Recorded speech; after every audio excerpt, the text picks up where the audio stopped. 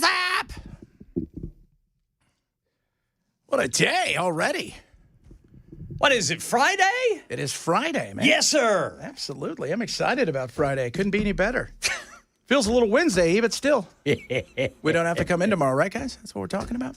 I wonder if we could get away with that. I don't think so. I think they'd be like, man, there's nobody here. Honestly, we don't ever have to come in, but the checks would stop if we did. That's true. That is true.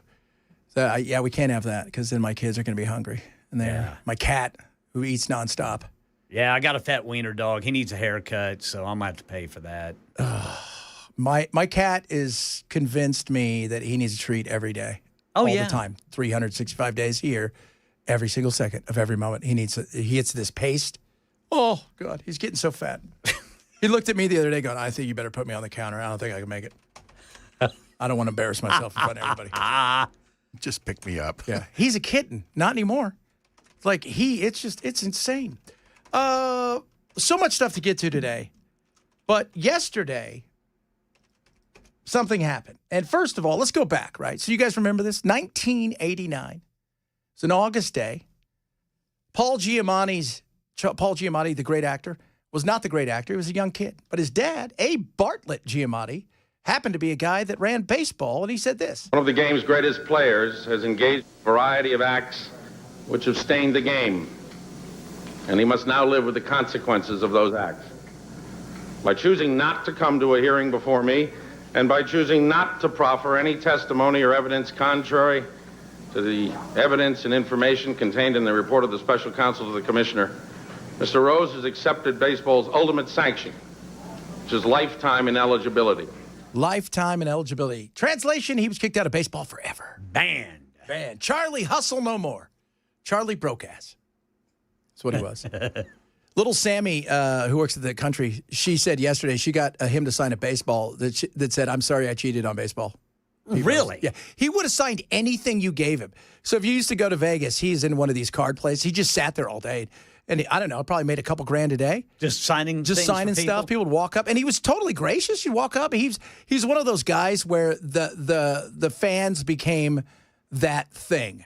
And it's nice that he was in Vegas, too, because, of baseball and gambling and whatnot. But yesterday, 15 players and one owner who were suspended forever from baseball, including Shoeless Joe Jackson, which we'll get to later, was allowed to come back into the phrase posthumously, of course. Now, I don't know if you know this, Ken, but did you know how this whole thing came about?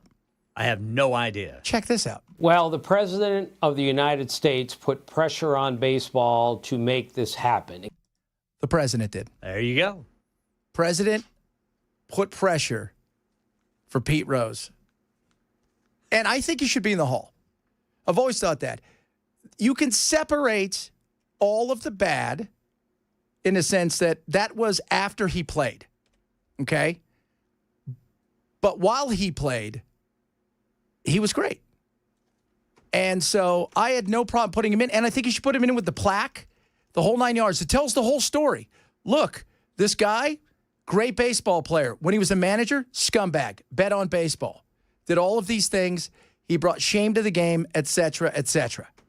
I have no problem with that. Now, everybody thinks that you're voted, okay, now we can go vote for him. You can't. There's actually this weird process for how they have to do it with him. Well, the next step will be, it's possible he'll be put on a classic era ballot, which will be voted on in December of 2027. 16 people will be on that committee. Kevin, I've been on 4 of those committees in my career. You have to get 12 out of 16 votes, 75% in order to be voted into the Hall of Fame. And don't forget, Roger Clemens and Barry Bonds went on those special ballot, and each of them got fewer than 4 votes after getting 65% of the vote from the writers. So it is a very difficult committee, and it all depends on the makeup of the committee. And it's a very, very interesting process. He's got to get in, right? That has to happen. I mean, he's paid his price. I think Barry Bonds should be in. Before his head grew and he could no longer speak, he just huffed. he was a great baseball player. He's a Hall of Famer. Same thing with, before Roger Clemens. He won, 3 Cy Youngs before he went and took a lot of steroids and won another 3 or 4. I got no problems with him being in. In fact, baseball, I'm totally fine that you cheat. Makes the game more interesting, doesn't it? Hell, I don't care if you hit a single. I think you should be able to carry the bat to the to the base and throw it at the first baseman. Or if they throw it at you, you can hit it again. Club the first baseman right? if he tries to tag you. It's so funny. And it was one of those things too where remember they were trying there was too many bench clearing brawls. They're like, if you're on the batting team and they clear, both of you guys come out, everybody's going to be suspended. I'm like, so wait a minute here. You're going to have a guy at bat who may get hit, then decide he wants to charge the mound, and you have 9 guys against him. And 2 old guys that are the batting coaches. Yeah, that's not cool. Keep the bat. Keep the bat. Good for him. I hope they let him in. This will be interesting to see what happens. But the fact that Trump made a call, because he's got nothing else going on. Do we know where he is? Is he still in Qatar right now? He's in Qatar. Qatar. They gave me a plane. I came back. Did you see the landing? No. So he lands, and they got 10, F-15s. They're Yeah, I saw I read where he was escorted by 8 fighter jets. Yeah, so he lands, right? And then they pick him up with what looks to be Hot Wheels. They're not. They are Tesla trucks painted bright red. It is hilarious. It is so spectacular. We got the planes, Boeing. I got a plane. You got a plane. I'm hearing now, though, by the way, his plane, if they decide, which he shouldn't keep it, but if he does, it'll probably not be ready to fly outside of some miracles. And you can put pressure on Boeing and refit the whole thing, but probably not till after he's out of office. Yeah. It's probably going to sit somewhere. Yeah. It's not going to sit somewhere. It's going to sit somewhere for 40 minutes. And then the sons are going to be like, I need to take the plane. I need to take the Golden Palace. The Golden Palace. It's going to be fantastic. So much fun stuff to get to, but I do want to turn, like I said, we were talking about Freddie O'Connell. The reality that he is now a national story is hilarious, and the fact that it's not about the mayor that does other things in the graveyard.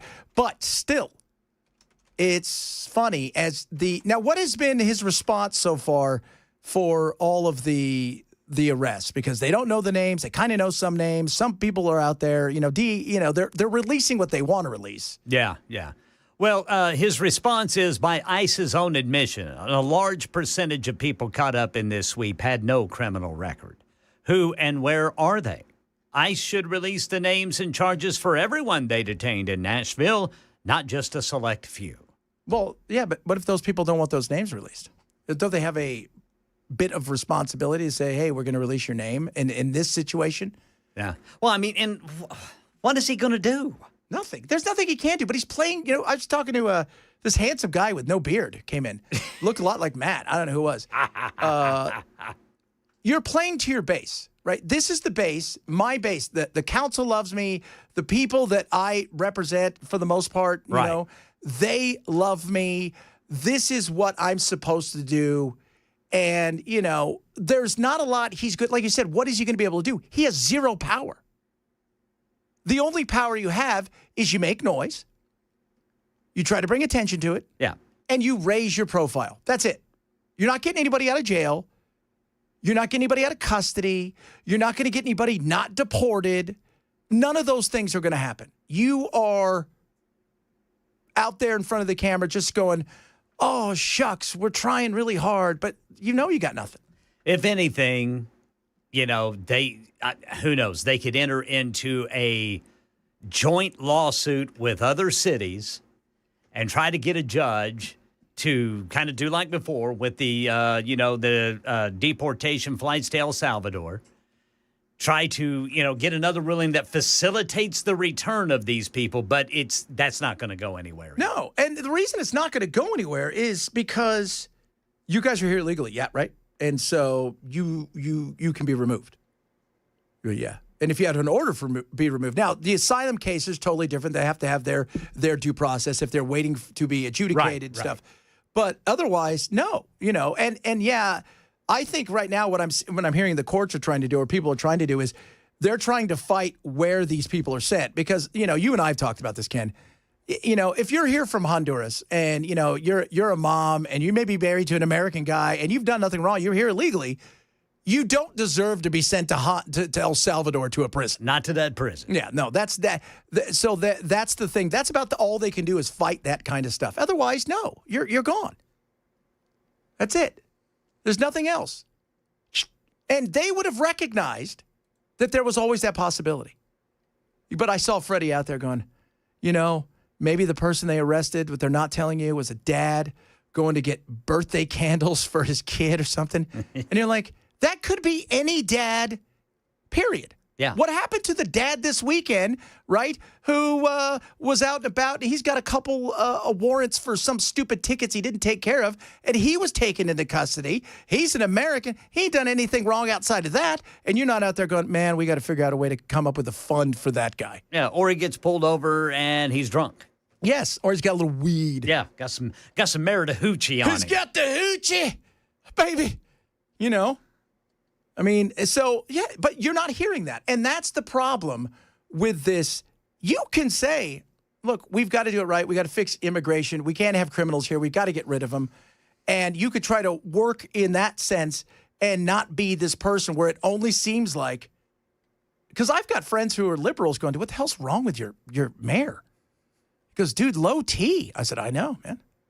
I said, it's Low T. little low T, right? Like he sounds like he's super sad. He goes, but, you can be pro-immigration, but you also could be not an idiot. But I also understand, Freddie's not stupid. He knows his base. This is my base.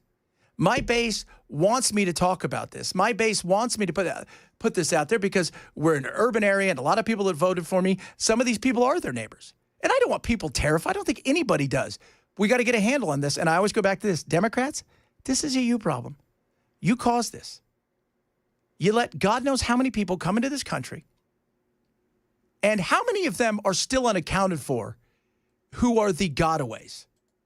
And like Chris and I talked about yesterday, where are all the military age, fighting men age Chinese guys that were here? Yeah, where are those dudes? Because when I was where my son lives in San Diego, Mira Mesa, I would have to go through Yuma and stuff, and then you go up over through Imperial County, and there is the place right there where I remember the first time, I hadn't seen it before, where they had all of these tents out there, and they had hundreds of people who were just surrendering. And we pulled over and we did some videos and stuff, and I would say of the men, first of all, very few women and very few kids, but of the men, a lot of them were Chinese. And you're like, okay, what's this all about? Yeah. I mean, where are they? So this will be interesting. So much stuff to get to. I told Ken and Belle I have the greatest audio. I think we'll play it next. It'll make you guys smile. It's one of those things where it starts our day off great. It's a wonderment kind of video of a guy that is both hilarious and he is excited. And there's this sense of wonder as he explains what's coming to his country that he's super excited about. Reach out to us across all of our social media. A bunch of stuff to get to today, as well as more on what's going on in the ports, what's going on with immigration, a bunch of other good stuff. At Chad Benson Show, that is my Twitter. And, of course, we're across all the social media. Twitch, X, not quite Rumble, YouTube, Facebook, and we're not live either on Insta, which I don't know why we're not there either because it's usually just one flick. But what are you going to do? Chad Benson Show, Super Talk 997.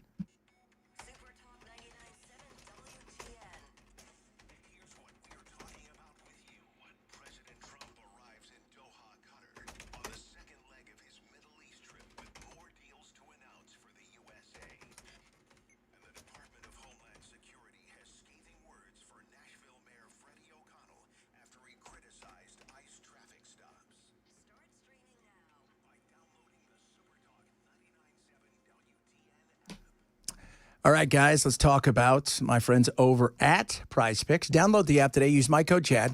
When you play your first $5 lineup, I'll tell you how to do that in a second. You get a $50 bonus directly into your account, win or lose. And the way you play a lineup is it's so simple. You don't have 2,000 times your money, but it's above or below. It's more or less. It's that simple. So you pick a player, not a team. and let's just say it's a baseball player, and you think this guy is going to have, he's on a hot streak. You think he's going to get more than 1.5 hits in this game? It's that simple. Over here could be basketball. You think Steph Curry comes back, and you think he's going to hit more than 5.5 3-pointers in this game? That is, you pick above. It's that simple. Play now. Get a bonus $50 when you play your first $5 lineups. All you have to do is download the app. Use my code CHAD. That simple. Download the app now for Prize Picks. Use code CHAD. Prize Picks. Run your game. Must be 21. Present Tennessee. Gambling problem? Call 1-800-426-2537.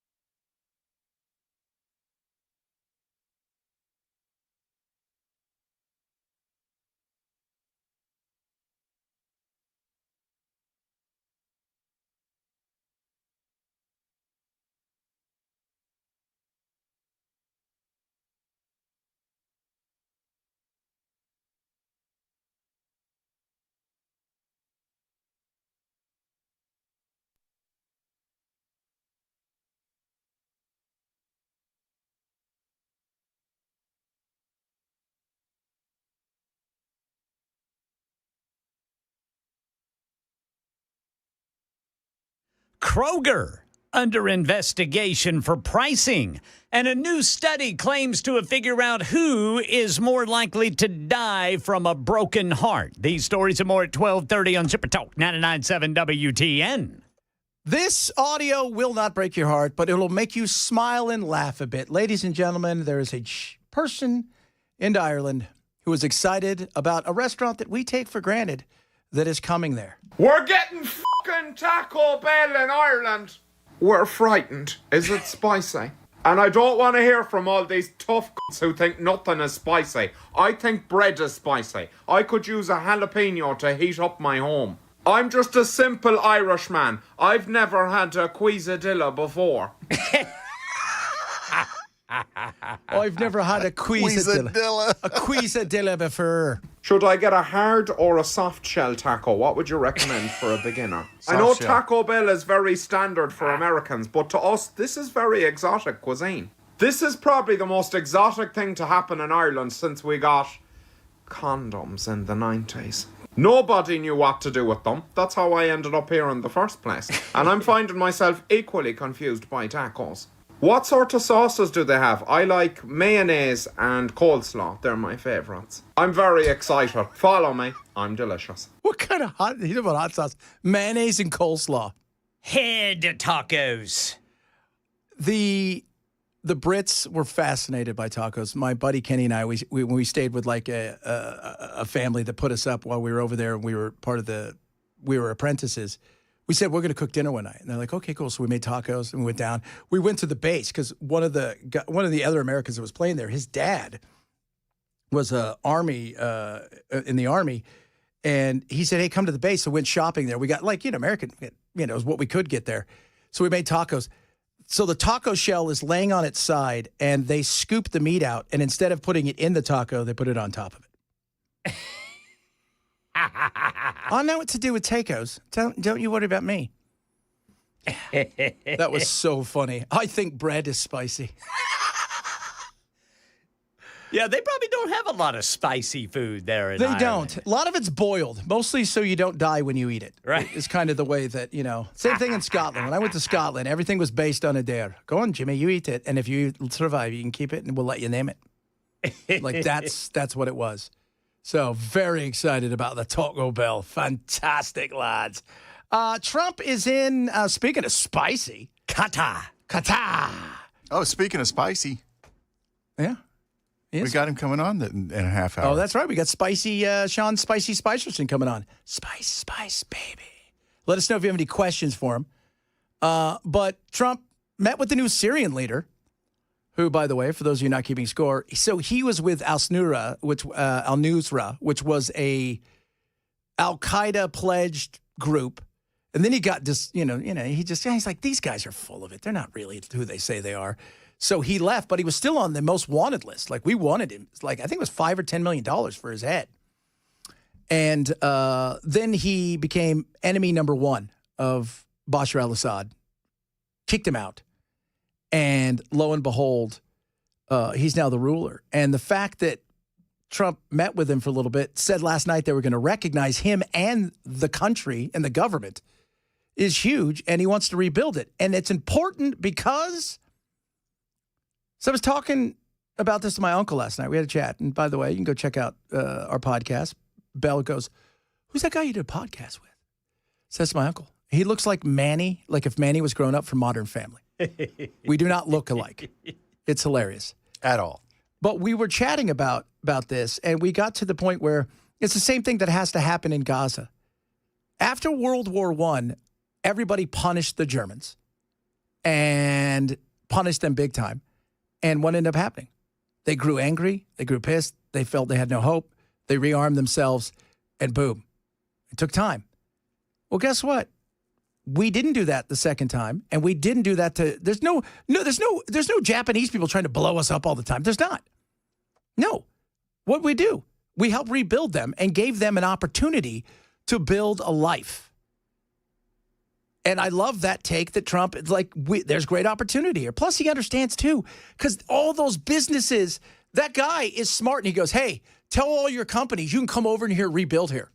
We're all about it. Well, and you got to think, too, there are still millions of Syrians who fled Bashar al-Assad they're still living out in tents. Yes. And Tents. these people are angry. Yeah. And they're all over the globe, too. They're in Europe. We've got some here. They're all over the place. They want to go home. They are ripe for becoming terrorists. So when you give them an opportunity to see their country rebuilt and for them to take place in the rebuilding and reformation of a country, as he said, they're ripe. Guess what happens when that becomes a realization that you're not going to have to worry about your neighbor, the next person blowing you up, getting mad at you, taking your stuff away, and you feel like you have a path forward for you and your family? When somebody says, hey, we should go blow something up, you're going to be like, you know what? I got a big report due tomorrow, and my kids have a soccer game. So I'm not thinking about that anymore. Yeah. It sounds weird. It's that simple. It's that, because with those idle hands, woo, we know what happens there. Coming up. A lot of good stuff still to get to. I watched a show last night I want to talk to you guys about that my wife and I were sitting there. I go, oh, it's only an hour and 15 minutes. Let's watch this. It's a documentary. Scary is the best way to describe it. Scary. We'll talk about that straight ahead, among other things. Chad Benson Show, Super Talk 99.7.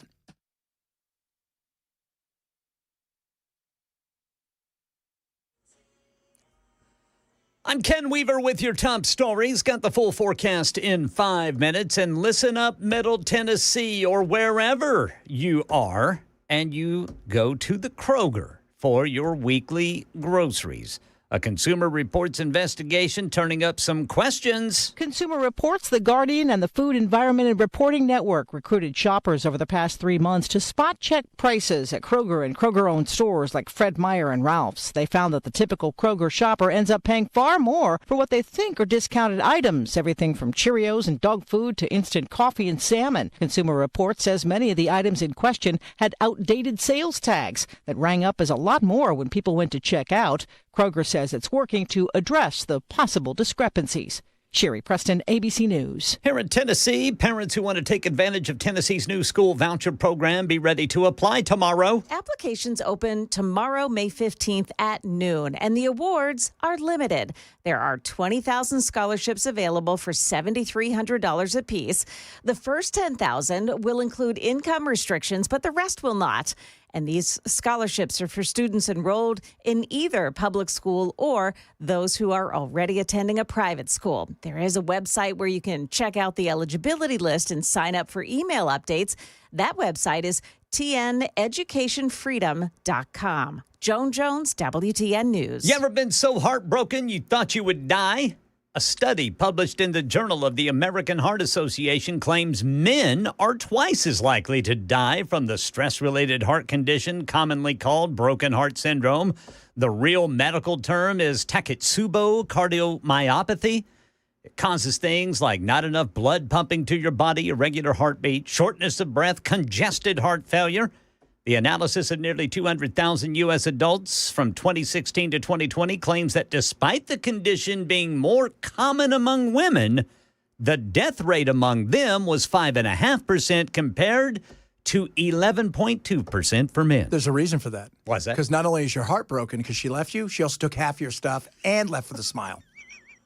How's that working out for you guys? That's the latest news. Weather's next. I'm Ken Weaver, WTN News.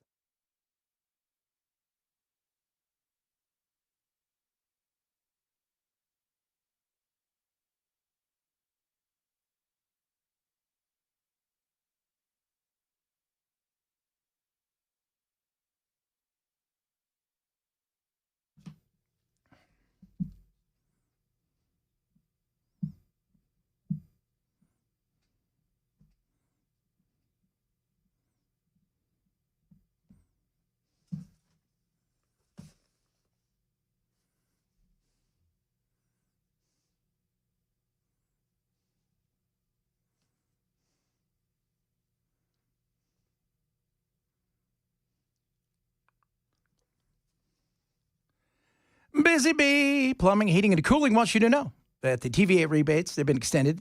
Mini split 17C or 2 or higher $800 rebate. Get up to 12 months, no payment, no interest, depending on credit, and lenders' offers may vary. Busy Bee also has rebates on AC tune-ups, so you get a $50 rebate on one of those, right? And then spring comes in, so you did that was the spring. Fall comes, another $50 rebate right there. So you paid for your Busy Bee Beehive Club membership, and for those two, it's already paid for itself. That is amazing. Now, check this out. They're having a hiring open house May 31st, 10 till 2. So if you got 3 years plus experience in plumbing and HVAC, they're hiring both. Service and install departments, the pay range is for these more experience, anywhere between $30 and $39 an hour. Healthcare, benefits, 2 weeks PTO, office closed, federal holidays. Thank goodness for that. And your birthday, that's nice too, plus so much more.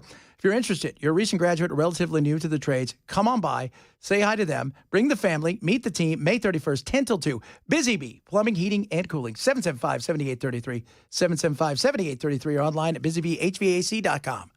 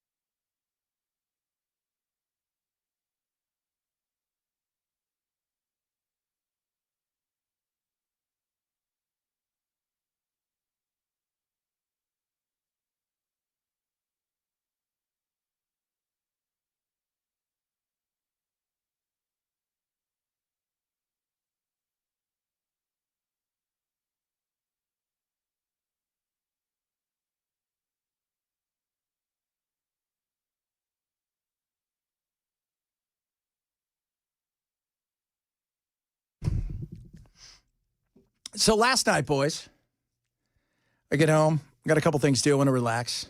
Tell my wife, hey, let's watch a little TV. Because we were going to watch our show, but then I had a bunch of interviews to do. So I'm like, we're not going to be able to watch our show all the way through. Stuff we're watching. And because I was waiting to do interviews, kept getting pushed back. So I said, oh, this one's only an hour and 15 minutes. Have you seen The Liver King?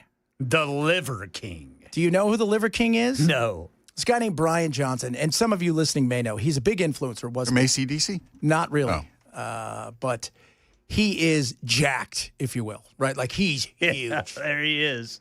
Right? Like, are you looking at him? He's got a long beard, talks like this. Let me tell you some, runs around with guns and stuff. And yeah, he eats raw.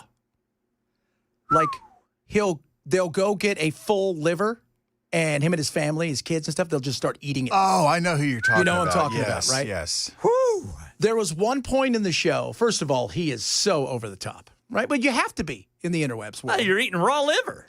One point where him and his family are out in, they're in this, I'm assuming it's their farm, and there's a cow out there, and the cow gets killed.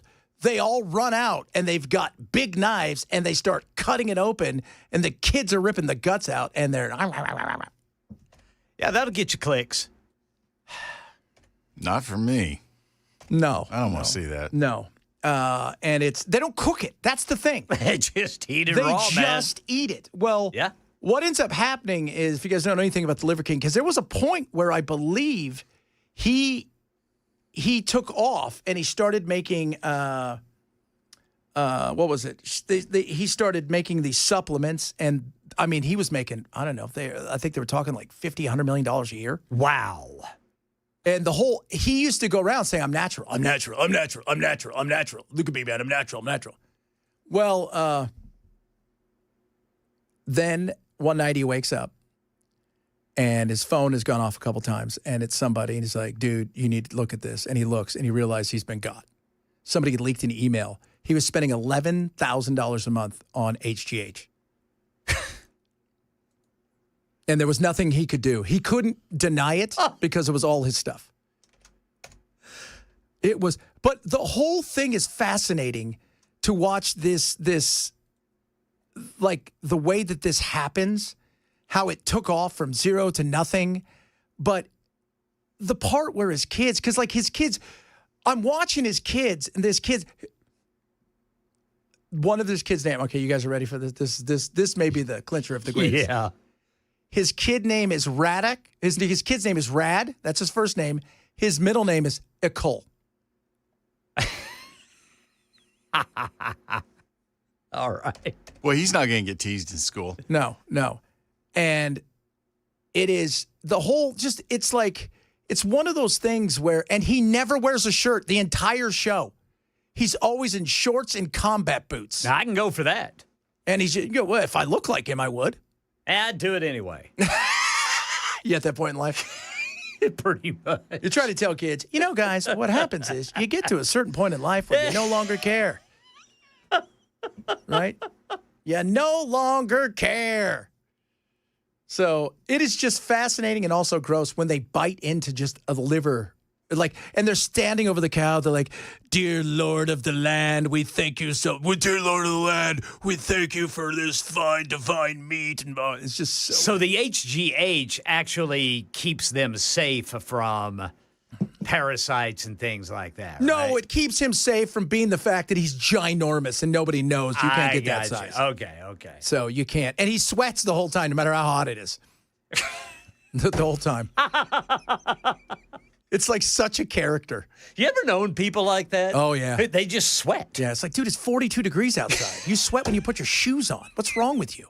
I have an overactive thyroid. You have an overactive steroid syringe. Oh man. Lord. Yeah. Yeah, this guy's a Liver King is fake. I know, that's the whole point in it. He finally he finally has to admit that it's not real. Like he's, it's like, it's the hardest video I've ever had to make in my life. I gotta tell you guys, I'm so excited. I want to be the Donut King. They show you like you're running and there's a box of donuts, and you just attack it like a pack of coyotes. That's it. Just all day. Guys, I did two sit-ups today. One to get out of bed, and then one to get off the couch. In between, I got a raw donut. It was an old-fashioned. Oh, Dear man. Donut God, we thank you for the donut we're about to consume. Oh, my Lord. So, Diddy, I don't know if you guys are aware of this. It's getting worse every day, but this was interesting. Last night, News Nation, who calls in to talk to Chris Cuomo? Ladies and gentlemen, Suge Knight. I don't think Cassie is in a situation where she has to lie. I don't think she's in a situation where she got to be worried anymore. I think she's in a great place with another baby on the way, and I still feel that Puffy's gonna be all right and have a fair shot at it because Puffy he's not a dummy, and I'm quite sure somebody's gonna talk to those jurors and convince one or two of them, and that's all he needs is one. So at the end of the day, it's gonna be a real exciting situation, but I think he's gonna be all right. Sure. Do you think he's going to be all right because someone's going to tamper with the jury? Is that what you're trying to say? He got enough influence, and I'm quite sure. Don't seem like the prosecution is that bad against him. Don't seem like I think he got some favors with the government. I think they're going to show him a little leeway. It might not seem like it when it's all said and done, but I don't think he has nothing to worry about. I don't think he's worried because he's going to be federal. And if he get convicted, Trump's going to pardon him. Well, What the hell are you talking about, dude? No. Look, Trump has pardoned some people, like all of them do, where you kind of raise an eyebrow and go, really? This ain't happening. Like, there is no way he would ever pardon Puffy. Not after the stuff you're hearing. no. No. He doesn't want that stink on him by any stretch of the imagination. If you think the scrutiny for $400 million plane that'll never be anywhere but his library, just in case I need to read a book, if you think that's some stink, try pardoning a guy who obviously has done some things. Yeah, and it's getting worse. And I was telling Belle before the show, Ken, there's Bieber's been out like posting stuff. Yeah? Oh, dude, he's all over the place. He does not look good. Really? He's angry at God, talking about fishing and all. I mean, it's like, it's right. one of those things where you're thinking somebody needs to do a well check ASAP. Like, Yeah. somebody get around that guy. He's spiraling, man. Yeah. Because, Belle said something to me yesterday about what may be on video. Because that's the one thing apparently they're contemplating is, do we show these videos to the jurors? Do we? Because Aaron Katersky, he said every time they would talk about, he said, I can't even talk about this stuff on the radio. He said every time that they talk about it, the jurors' face are like, oh. It's just, with her. And her video, by the way, was released to everybody today. Goodness. Yeah, and it's not a good look. No. Yeah, that's the difficult thing about this trial, man, is these reporters, they've got to be careful how they're relaying this, at least, through the mainstream ways. Now, on a podcast, you can just go at it. Yeah. But, because you can say, Say whatever. I mean, just say, yeah, they showed a video and beep, beep, beep, beep, beep, beep. Yeah, but and one of the things, so before I come in, I hang out with Belle for a little while, and then he bores me. So I talk to Ken. And because Belle's doing all kinds of stuff that's like, He's in there working. He is. And I know Ken's goof. Thank you very much. And I go and I talk to Ken, and I said, we were chatting about this stuff and how, because it's a federal trial, there's no cameras. You also can't bring your phones and stuff in. So they're coming out trying to relay stuff that they heard 4 hours ago. That's why we're only getting stuff in smatterings, because they're stuck in trial all day. Yeah. Yeah. And if they do step out, they're going to miss something. Yes. And may lose their place.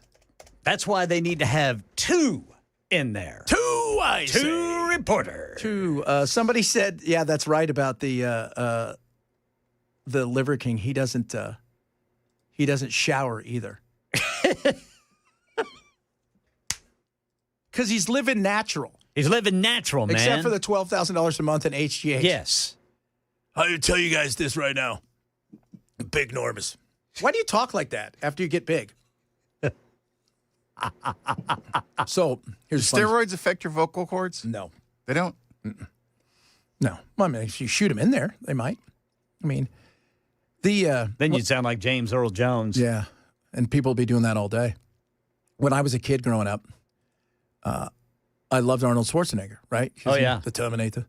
And I loved the Hulk, right? Lou Ferrigno. Yeah. But when I was a kid, I was like, man, if you lift weights, listen to how you sound when you talk. Right? Because Lou was like, you definitely talk like that. I don't want to make fun of him because he can't hear me anyway. So That's terrible. That's just mean. Horrible. I don't know. He was such a nice guy. I met Lou. Still, like, I've met him. But he's huge. Remember when he was on The King of Queens? That's right. He was himself. Yeah. So but I used to think as a child, because the only people that were big like that were always on TV was Lou Ferrigno and Arnold, and both of them, one had that, because you guys don't remember, but there was a time when you couldn't understand a damn word Arnold said. His accent was so thick. And, and Lou, you didn't really know because he was the Hulk, but then he would do stuff and you're like, oh, finally when you get older, you're like, oh, he's deaf. Yeah. But you thought, because, you couldn't understand Lou very easily either, but that was because he, couldn't hear. Yeah, he couldn't hear. And he, it's like, but I understood him better than Arnold after all, because Arnold's accent. And Lou's been through a lot of therapy too, and his voice, his speech is so much better than it was 30 years ago. Who was the lady, Marley? Who was Marley Matlin? Yeah, she was deaf, and she won the Academy Award for, I forgot what the name was, that movie. But she did the same thing where she learned to speak, right? Because she wanted more roles that weren't deaf roles only. Yeah, if you look at one of her later movies versus like her appearance on Seinfeld. Yeah. Or she's on Family Guy. Sounds like two different people. Well, she's on Family Guy. She plays a role on Family Guy, which is hilarious. But it was, like they were so big. And go watch Arnold's first movie ever. Is it Hercules in New York? Yes. Where they dub somebody else's voice over him because he's so bad. You couldn't understand him otherwise. No, it's about Dolph Lundgren. Who, by the way, if I'm correct, is a doctor, right? He's got Is he really? I think he's got a PhD. He's got a PhD, and he's a nuclear physicist. He's like, he's a smarty pants, and he's a ninja. Break you. Break you. I will break you. The Swede. It's always surprising when you see somebody like him or Brian May and find out they have PhDs. Yes. Yeah. Well, wasn't the drummer for Queen like a dentist? Yeah. No, that was the bass player. No, he was going. They were going to dental school, but they never finished it. But Brian May is an actual. It was John Deacon. John Deacon's an electrical engineer, right? Yeah. And Brian May has an actual PhD in astrophysics. Yeah. Nerds. And you know what Freddie was? Fabulous, darling. Yes, Coming up. Other stuff straight ahead. Chad Benson Show, Super Talk 99.7.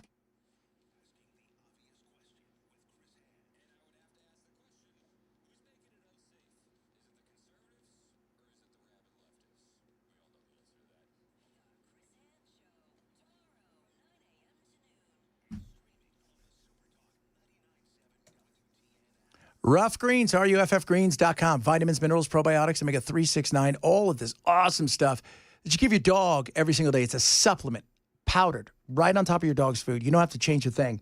Get a Jumpstart trial bag of Rough Greens right now. It's free. All it's going to cost you is shipping. That's a few bucks. But watch what happens to your dog over the next 60 days. How your dog is going to change. The lethargy, if your dog's a little older especially, you're going to see energy levels go up. The skin and the fur, less shedding, shinier coat, thicker, stronger coat. This is what I love, though. The digestive tract's going to be better.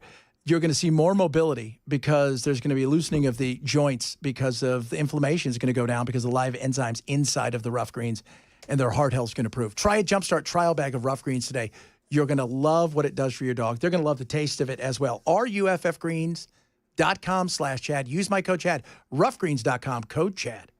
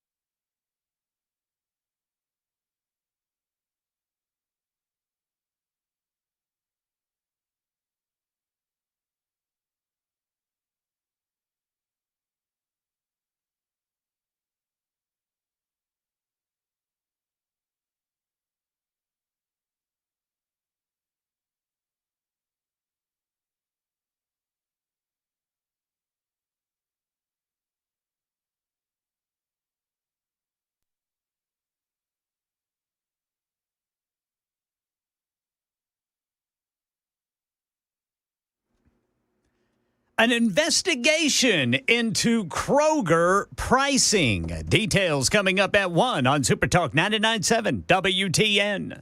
White people's not a real thing. White people's made up. There was a time when the Polish weren't white, when the Italians weren't white, when the Jews weren't white, when the Irish weren't white. There used to be signs that said, no Irish, no blacks, no dogs. No dogs. Do you know what that means? Cats are white people. And of course they are. And of course they are. Selfish and pretend they don't need you. Cats are white people. You know what's happened now? Have you heard the new thing on the internet? Maybe you have. You've scrolled. You're like, what is this? I'm a ginger, for those of you guys who don't know. And we've been welcomed in. I just need to remind y'all again, everyone who is ginger, who has red hair, those are black people. All gingers are black people. If they have red hair, they are black. You see a white man with red hair, that's a black man. You see a white woman with red hair, that's a black woman. Gingers are black. I'm really trying to act like this whole ginger people finding out that they were black and waking up excited today isn't a problem for me. That's because it ain't. I'm excited for every last one of y'all. Welcome, fam. That's the new thing. And the reason that people are saying it's one of those questions that's being asked. It's like an existential question because the gingers there may be the least amount of people of a group like this is the gingers. Us gingers, there's not a lot of us.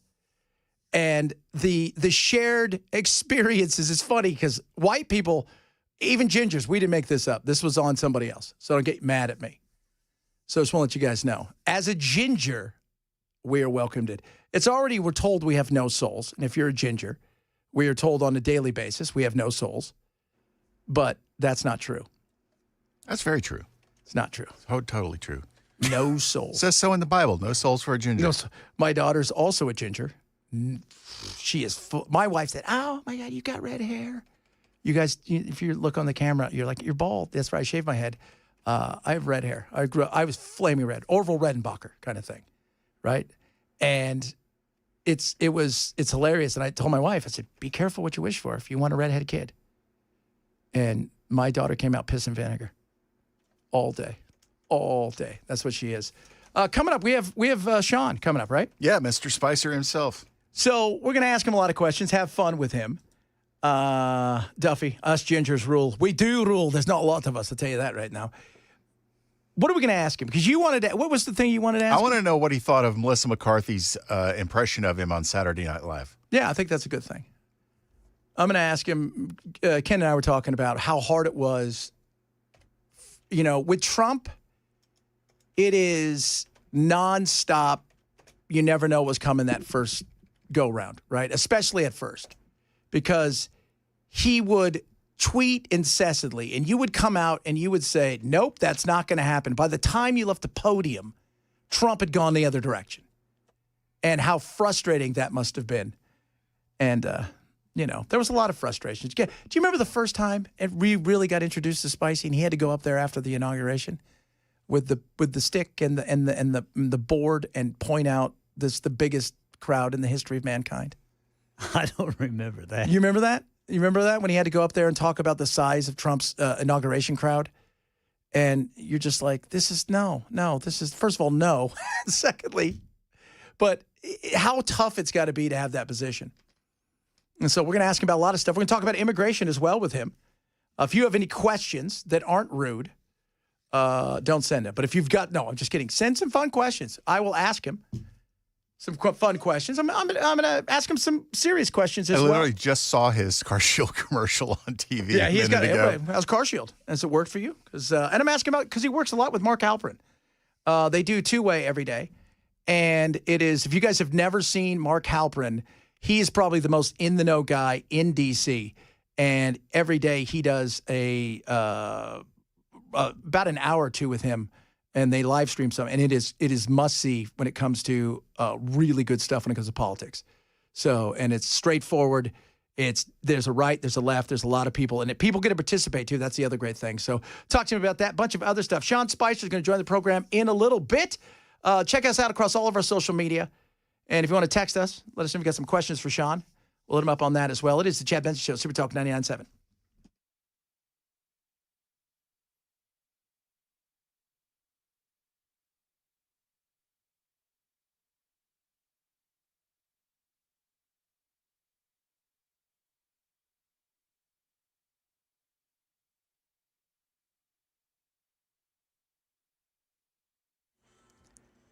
One o'clock on the dot. I'm Ken Weaver with your top stories. Full forecast coming up in 5 minutes.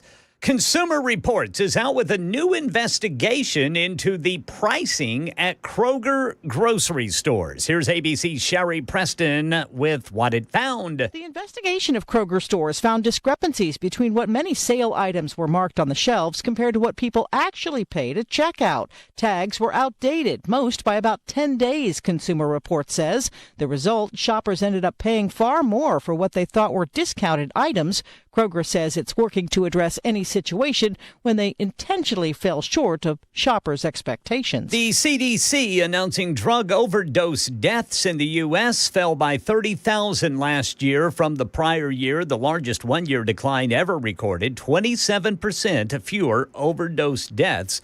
Some possible reasons why: more addiction treatment and the fact that the OD reversing Narcan drug is more widely available in cities nationwide. Here in Nashville, this man tells Channel 4 he couldn't believe what he saw when he walked out his front door this morning in the Belmont area. Kind of crazy to see crime tape 15 feet from where you sleep. It's a nice area, but obviously you have to be vigilant wherever you are, right? And anywhere you are throughout really Nashville or anywhere in the country, something bad can happen at a moment's notice. Metro Nashville police say they found a man in his 20s dead of gunshot wounds after he had crashed his car into a tree near Belmont University.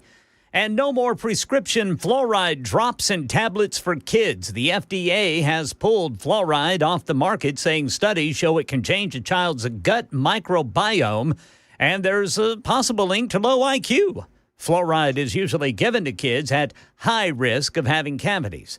Ride-sharing service Uber partnering up with a major automaker. Here's Mike Dubusky. Uber and Volkswagen are teaming up on self-driving vehicles, saying they're going to start offering fully autonomous shared rides. The program makes use of a modified version of the ID Buzz, a 7-seat electric van from VW.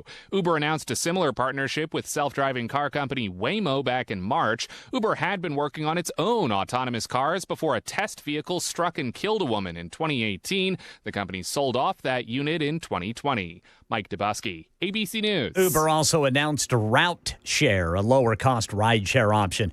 Here in Nashville, News Channel 5 says the trial for a neo-Nazi accused of threatening to hang District Attorney General Glenn Funk has begun. 60-year-old David Bloyd of Frost, Texas, an admitted member of the Goyim Defense League, which marched in Nashville last July. One of its members jailed for assaulting a bar employee who had emerged to confront the group. Prosecutors say Bloyd posted to social media Funk's online biography with the caption, "Getting the Rope," allegedly referring to what happens to race traders. That's the latest news. Weather is next. I'm Ken Weaver, WTN News.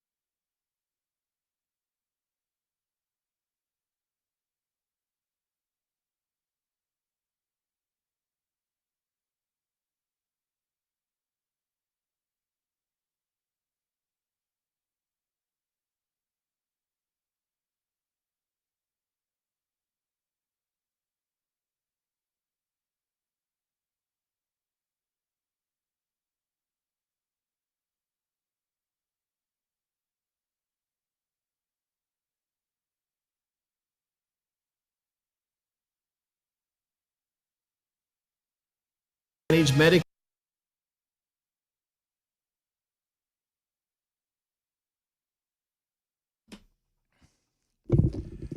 Thunderstruck indeed. He was thunderstruck and thrust onto us many, many moons ago. Joining us now is the man, the myth, the legend, Sean Spicer, host of the Sean Spicer podcast. And you can not only hear that, you can watch that on YouTube, and you can check him out every single day with old Mark Halpern and the gang over there with the morning meeting. Sean, thanks so much for joining us. Thanks for having me, Chad. Always good to see you.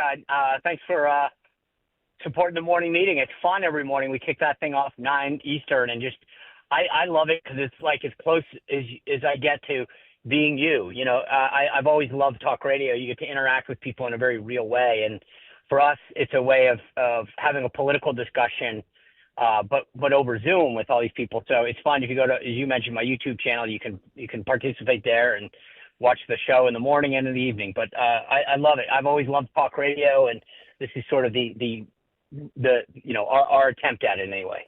You guys do a great job, and I tell everybody, there's very few things I'll watch. I watch Breaking Points, which I like. I enjoy those guys over there, Sagar and Crystal, and Mark. I love Mark, and you guys do a great job. And the run-up, I tell everybody, and you probably know this, Sean, there's probably nobody more connected in D.C. than Halpern. Well, he definitely knows a lot of people. Yeah, it's crazy. It's great. I love it. So let's talk about the immigration. Let's get this on the way for real, man. The immigration, Trump has fixed the border. It's inside of the country now, though, that everybody is focusing on, from lawsuits to the theatrics of being arrested and all of the other things. How are you feeling so far about everything? So it's an interesting point that you made. So here's my take on all this. I believe what you look at the numbers to your initial comments, the border is secure.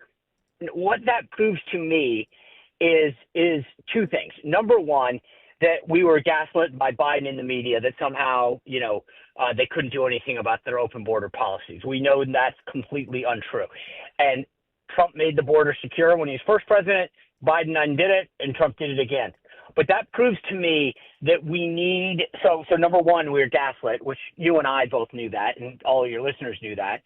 But the other thing that it proves to me is that we need to codify all of this legislatively. And you talked about, what you watch and you listen to. There's a game show. I don't know that it's still on, but I used to catch a few episodes a couple of years ago where, contestants would say things and then they'd have to bank the money, if you know what I mean. And then, so – I think a couple of and so you would answer a few questions and then bank the money and go back to zero or whatever. But I feel like we need to bank the wins. And what I mean by that is legislatively, Congress needs to get in and say, okay, we did a ton of this through executive order, but we need to codify it in law because we've seen one president secure the border, another president unsecured it, then he came back and secured it again. If there is law in place, then it makes it a lot harder for one president to undo what Trump has done. So my sort of new cause is to get people to understand that we need to get Congress to lock in these immigration wins and make sure that no future president can undo it.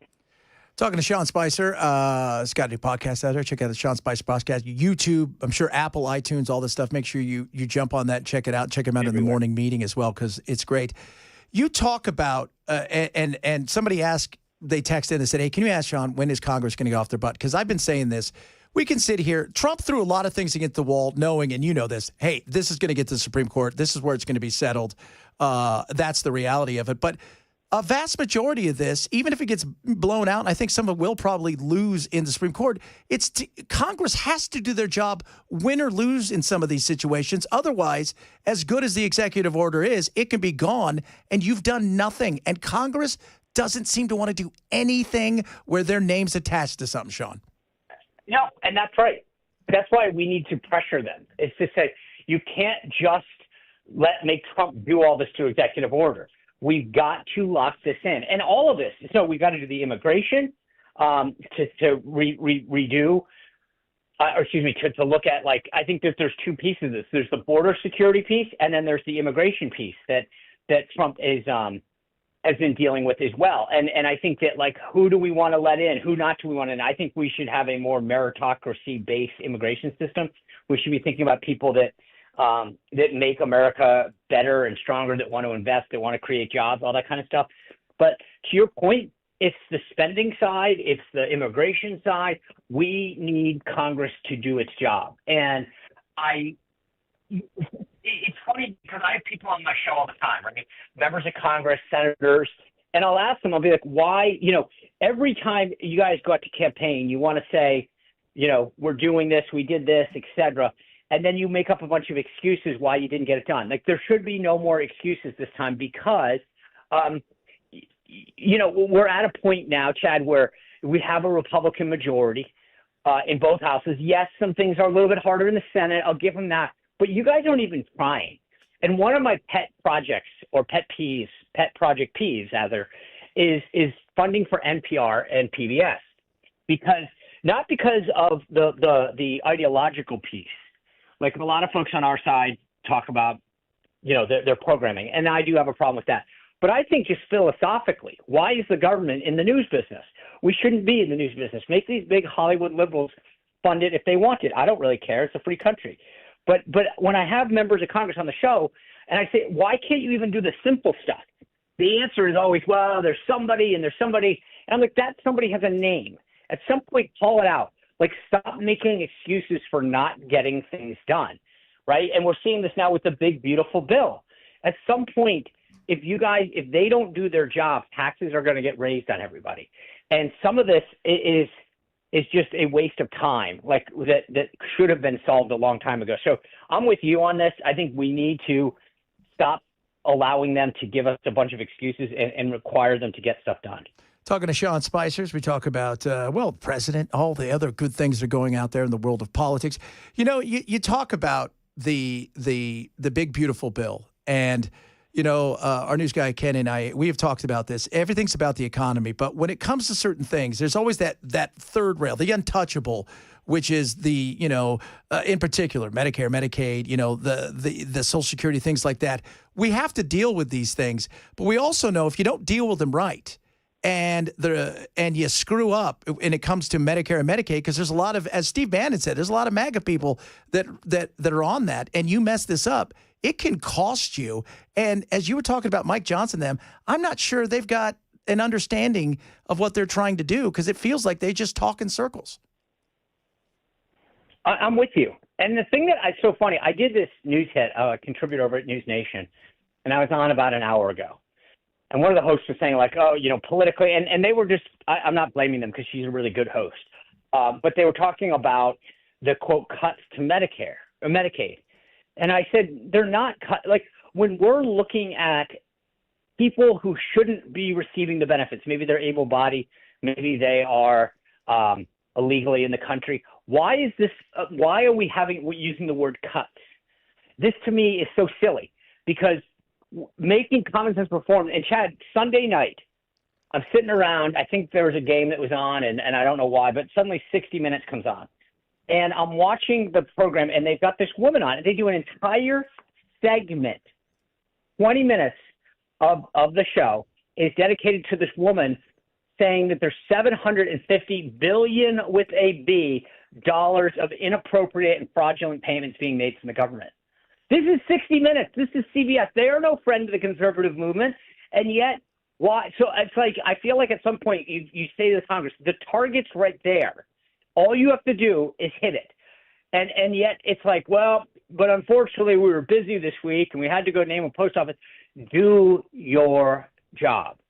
Yeah, they don't like doing their job because it goes back to your name's going to be on, you're going to put your name on something and you may agree with half of it, but there's some stuff in there that because it's so big and robust and junk and that's going to get out, that's going to hurt you. So Congress is supposed to be that one that is above both of them if they're all equal in some ways because it's about the people. But you know this, man, they don't want that. They've given up their power to the other two branches because they don't want to be decision makers. Yeah. I mean, I don't, it's funny because in a town where everybody wants power, I would think that people would embrace this. and be like, hey, look, but I just, it's funny to me. Every conversation I have with people on my show, like it's like pass the buck, if you will. Like, oh, it's not my fault. It's so-and-so's fault. And so-and-so's. And I'm like, you can only play that game so many times. It's like the spending thing. Like everyone that I have on, I go, hey, why are we not reducing the size of government more or getting rid of it? Oh, I support that. It's not me that's the problem. No one ever is the problem. It's always somebody else. And you got to say to yourself, well, wait a second. If everybody's in visceral agreement that we need to spend less and we need to do all this, then why doesn't it happen? And the answer, I think, is largely because they don't want to admit the dirty secret that they're part of the problem. There's very few of these guys. Ron Johnson from Wisconsin has been an absolute champion for cutting spending. Roger Marshall's in the same boat. They believe in zero-based budgeting, right? Which is how me and you and everyone else in the real world operates. Like, you don't just go, oh, well, we spent, $500 last year, so we just add the cost of living adjustment. Now we spend $550, right? That's not how that's not how businesses operate. It's how Washington operates, and it's crazy. Crazy indeed. Talking to Sean Spicer. Check out his podcast. You can check it on YouTube. You grab it on iTunes and everywhere? Oh, yeah. Although I do love, Apple and YouTube. But go like and subscribe to your YouTube. That's the best thing. Oh, yeah. And when as you know, YouTube, to me, I'm on Rumble, so any of the big folks out there that don't like big tech, I get you. But from a as an independent creator type person now, we really do what we can. We make payroll, put it that way, on YouTube. So that's key. Tomorrow, they're going to start hearing birthright citizenship. There's a lot of stuff going on in the courts when it comes to immigration. The birthright citizenship is going to be big. And, by the questions themselves and the way that they're being asked, which way you think, you can get a feel of where things are going to go. What's your sense what's going to happen with birthright citizenship? You know what I love about this question is if you had asked me this a year ago, based on the conventional wisdom, I would say what do you mean? How do you even, I'm actually just encouraged that the court took it, because so many things that we are told is orthodoxy. You find out, I have a guy named Josh Hammer on my show from time to time. He's with the Article 3 Project, and he's a really, really smart constitutional lawyer and scholar.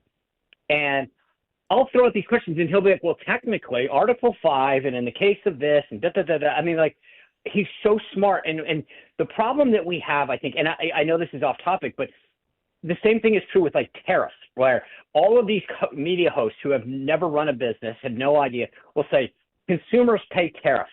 And that's a fact. It's an unequivocal fact. And Christian Welker, I think, or Dana Bash went at Howard Lutnick this weekend. And lo and behold, Sunday night, I see this ad, and I literally recorded it in my living room off the TV because I wanted to play it for my audience. There's an ad from Hyundai that says, at Hyundai, we will never raise the base price. We're going to stick to it, da-da-da. My point is, holy smokes, we were told that there's no, tariffs are paid by consumers, companies don't pay them. And here's Hyundai out there literally saying, we're picking up the tariff, okay? Or the country when they export it, however, but you're not as a consumer. The same thing's true with birthright citizenship. We were told, oh, it's an enshrined right. It can't be touched. Just can't be, because I'm in the media and I know better than everyone else, and I'm smart because I watch Law and Order.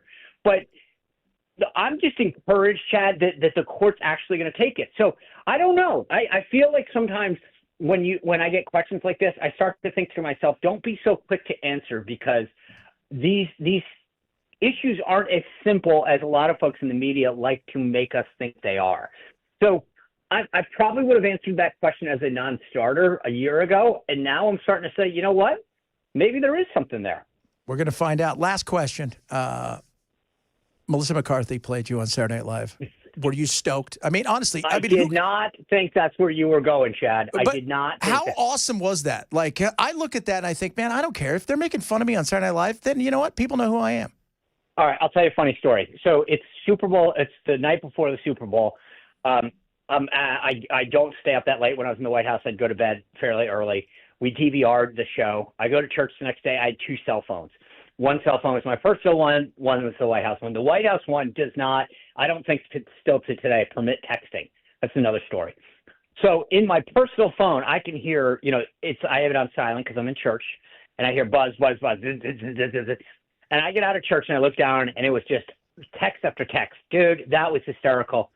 And I don't stay up that late, but we have always for my wife and I, between the two of us, DVR 600 shows. So Saturday Night Live is one of them. I go back, I stand in my kitchen, I watch it on this tiny little screen, and I'm like, oh my God.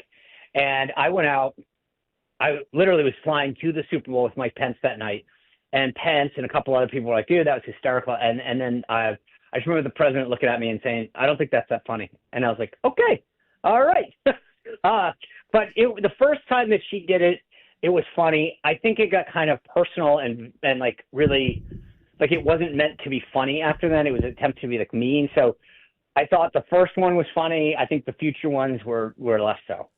It's interesting, no doubt. Look, we're still waiting for all of us to be on Saturday Night Live. It's not happening yet. But, Sean, appreciate you coming on, and I'll talk to you again next week, man. Thanks so much. And check out your podcast. Go to the YouTube, like and subscribe there. You can grab it on iTunes and everywhere else. But thanks so much, brother. Appreciate you coming on. You bet, man. See you soon. Thanks. Bye. Oh, he's fun. Sean Spicer. The Spice Man. A lot of stuff to talk about. Got some of your texts coming up as well. Wrap some of this up that we were just talking to him about. It is the Chad Benson Show, Super Talk 997.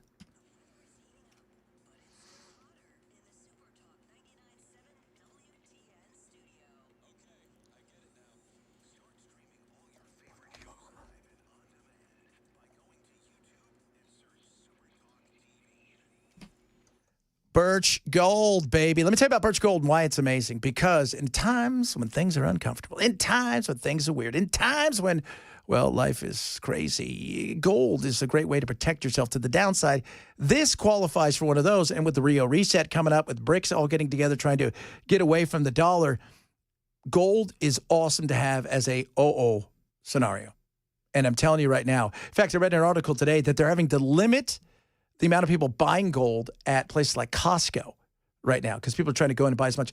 This is why you need Birch Gold. Text the word Benson to 989898 today so they can show you how you really do it and how you protect your future and today when it comes to all the things that you're doing when it comes to your investment and your life. Simple and easy, not a hard sell. All they're going to do is get you out the information and show you what they can do for you when it comes to precious metals. Text them now. Text the word Benson to 989898 for my gold company, A+ rated by the Better Business Bureau. The ones I use. That's Birch Gold. Text the word Benson to 989898 for Birch Gold.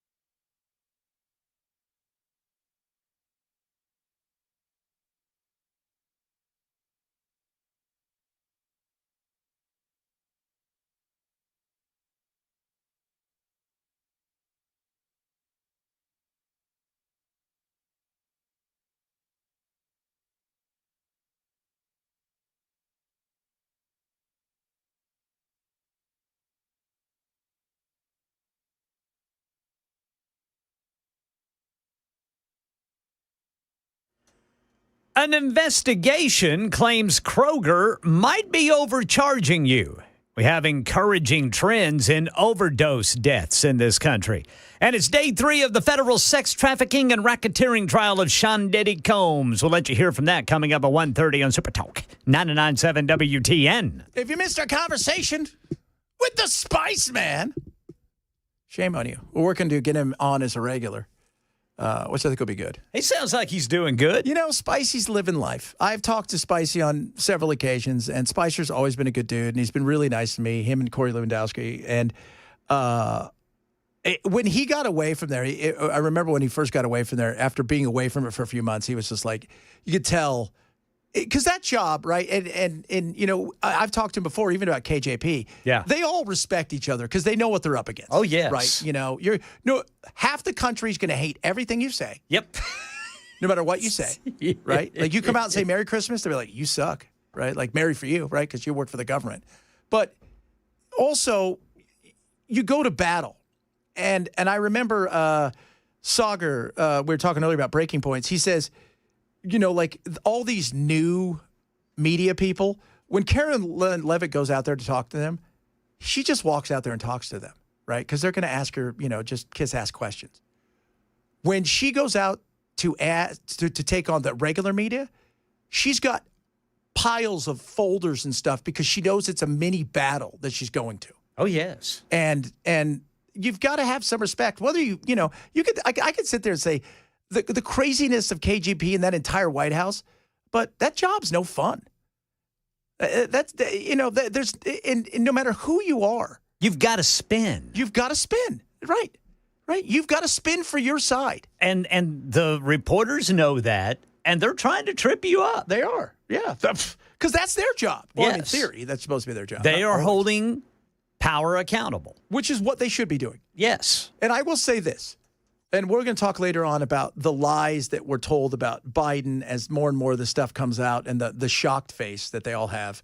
I can't, what? What? Like Stevie Wonder could be in the same room 100 yards away and look around and go, that guy is a mess, right? Like he could see that. Yeah. And the, you know, deep fakes, cheap fakes.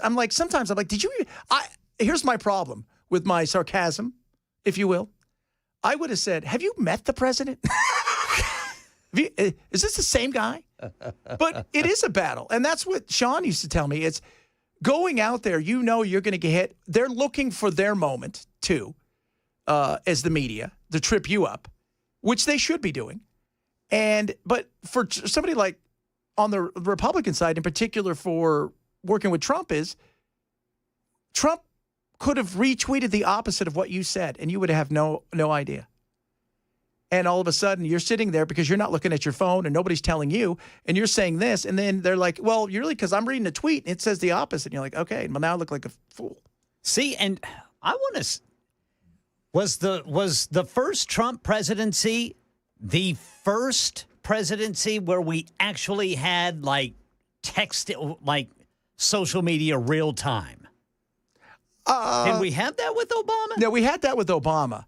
It was the first time, though, where Trump did something that Obama and them used social media, but nobody used it as there wasn't influencers. Right. That wasn't a big deal. Okay, the difference with Trump is he looked at the media and said, you're going to say whatever you want to say about me. I've got 70 million people that are following me on Twitter, and I can go right to them directly and tell them.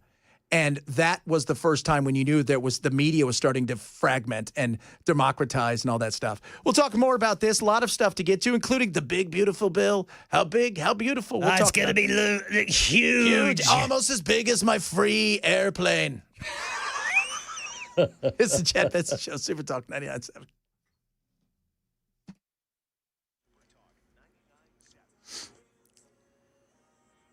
$1:30 on the dot. I'm Ken Weaver with your top stories. And we've got the full forecast in 5 minutes.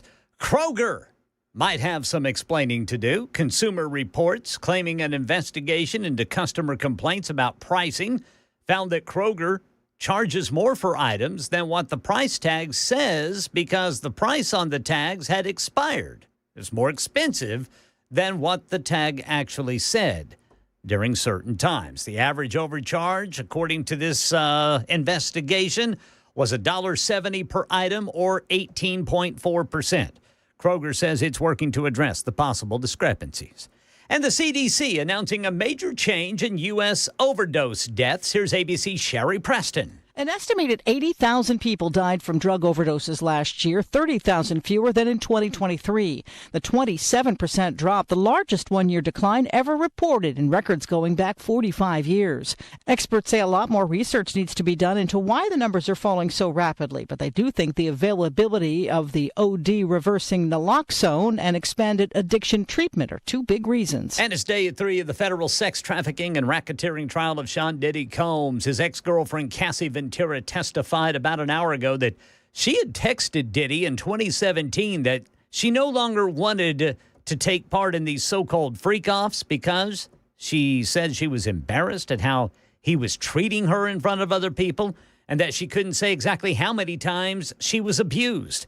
Ventura testified that after these marathon freak-offs, she and Combs would get intravenous fluids, massages, food, and often drugs to try to recover.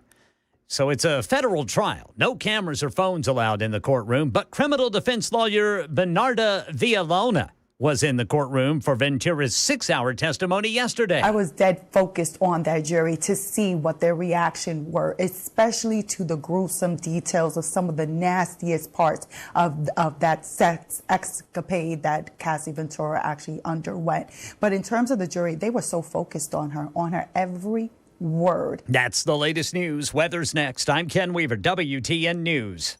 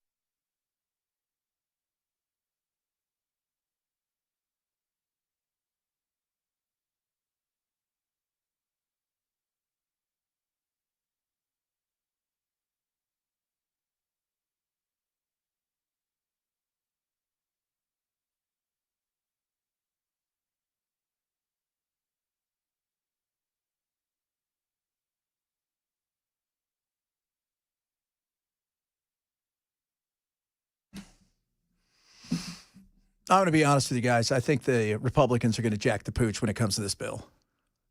This Medicaid Yeah, the whole thing. The whole thing's a mess. It's 400 pages. It got out of it got out of one committee. Now it goes to the budget committee. 26 to 19 party lines. They're going to screw this thing up. You could smell it. You're like, what are you guys smelling? Oh, that's the crap we're about to lay at your feet. And yeah, do I think they're going to cut Medicaid in the wrong way? Of course. Because Trump is looking at a big picture. What's the big picture? First of all, he's wealthy. I don't know if you guys are aware of this. He's doing all right. Not just kind of all right. Things have been good for him even as president. That's not true. It's very true. Secondly, these Republicans are absolutely, because they're consumed by lobbyists, to cut and to do certain things in areas, to add money elsewhere. I want you to listen. This is Mike Johnson a little while ago. This was about stock, whether or not they should ban House members from trading stocks, okay? Which I think all of us, put it in a blind trust. Tell you my honest opinion on it. I mean, I'm in favor of that because I don't think we should have any appearance of impropriety here, okay? But the other... We shouldn't. How's that free playing? I mean... Do you see, if it's an appearance you're worried about, that's not a good thing. But the amount of stuff that they're pushing in and out of it that I'm reading about is crazy. And, you heard it from Sean Spicer. Several of you have asked, when are they going to get off their butts and do anything? I don't know. I just think they're going to jack it up. I do. I think they're going to screw it up so bad. And this want to cut all of the taxes on the rich are fine. The rich are fine. Focus on the middle class. Build it up. Go, first and foremost, as you do that, you know what you do? You not only strengthen your base and build out, you're also putting yourself in a position where you're taking away from the Democrats. And that's a great thing. But you're doing the right thing for the American people as a whole. And, I feel like they're ripe for a mess. And that's if they can even get it anywhere, because now it's got to go to another committee, and then from there, because, the whole thing, if you were a kid watching Schoolhouse Rock singing about, on Capitol Hill, this is the bill, that wasn't true. Then from there, it goes to a committee, and from another committee to another one. Then back up for reconciliation. Then 4 lobbyists take you to dinner, and you add some pork to it. That's what it's really like.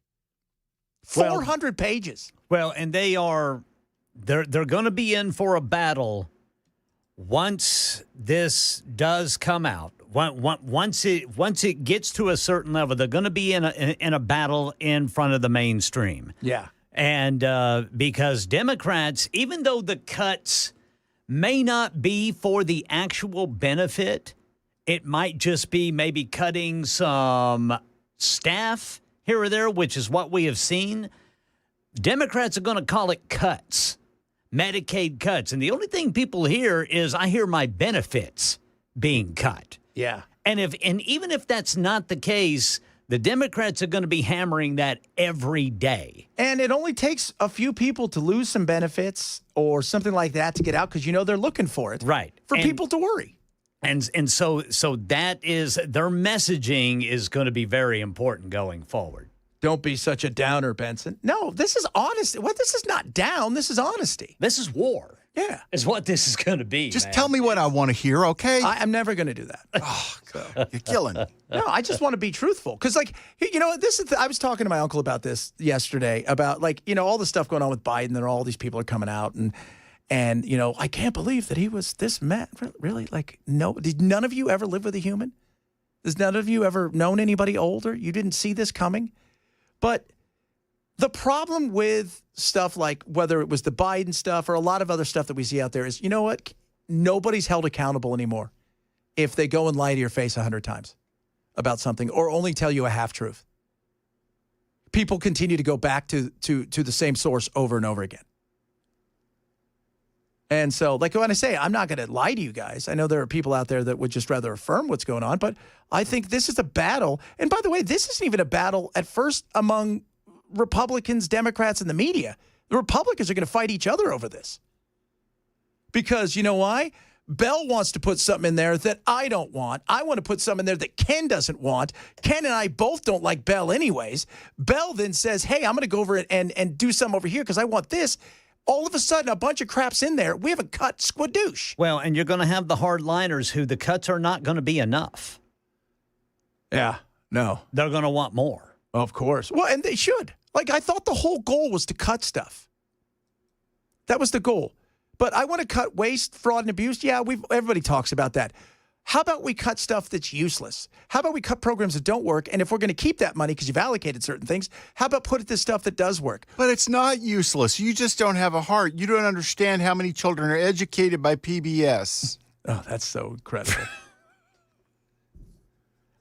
Do I understand PBS in very rural areas, which is where a lot of that money that people need help. It's rural. Have you ever been in the middle of nowhere driving? Like, Ken, you drive a lot, go back and forth. Yeah. You're in the middle of godforsaken nowhere. You get one AM station that is maybe Spanish or bad country. Yes. And then you make it a PBS station. That is basically what it's like between Midland, Texas, and Albuquerque, New Mexico. The cracky. There is very little radio out there, man. And so that's kind of what, like, a lot of the PBS, if you want to keep money for rural, I've got no problem with that, for the rural. But, yeah, we don't need all this other stuff. And I saw some lady, she works for, what was it called? Is it Sesame Street? Is that on PBS? What was the electric company? Was that also on PBS? That was PBS. That was PBS, too. God, electric company was way better. That was like a cooler version of Morgan Freeman started. How'd that work out for him? He was the easy reader. Settle down, easy reader. That's what he was called. Did you meet Samuel L. Jackson as easy reader? That'd be great. But she was talking about, we're nonpartisan. Okay, whatever. You're puppets. Should be nonpartisan. But we don't need it. A vast majority of their money comes from private donations where they're begging. In fact, I took a picture today because I was reading, because, of course, as we all talk about, you have to go to 48 different things to find out what's going on. So I'm reading this, trying to go to an NPR one because I'd just gone from like Breitbart. So I'm like, okay, well, there's a portion of the story. What's the NPR thing say? It popped up and it was this. Public media, this is what it says on their homepage. And when you click it, a big pop-up. Public media is under attack. President Trump issued an executive order seeking to block all federal funding for NPR, the latest in a series of threats to media organizations across the country. And then it goes on about how there are all these things and, could you please give us money? It's all Trump's fault. Everything's Trump's fault.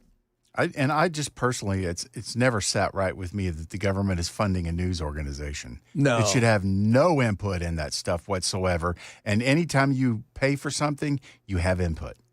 Yeah.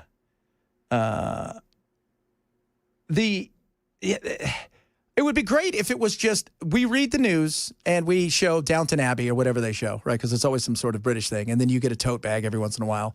But it's not. And it hasn't become that, especially on the radio side of it. It has been totally not that way. But they don't get enough money that it matters. They don't. And everybody,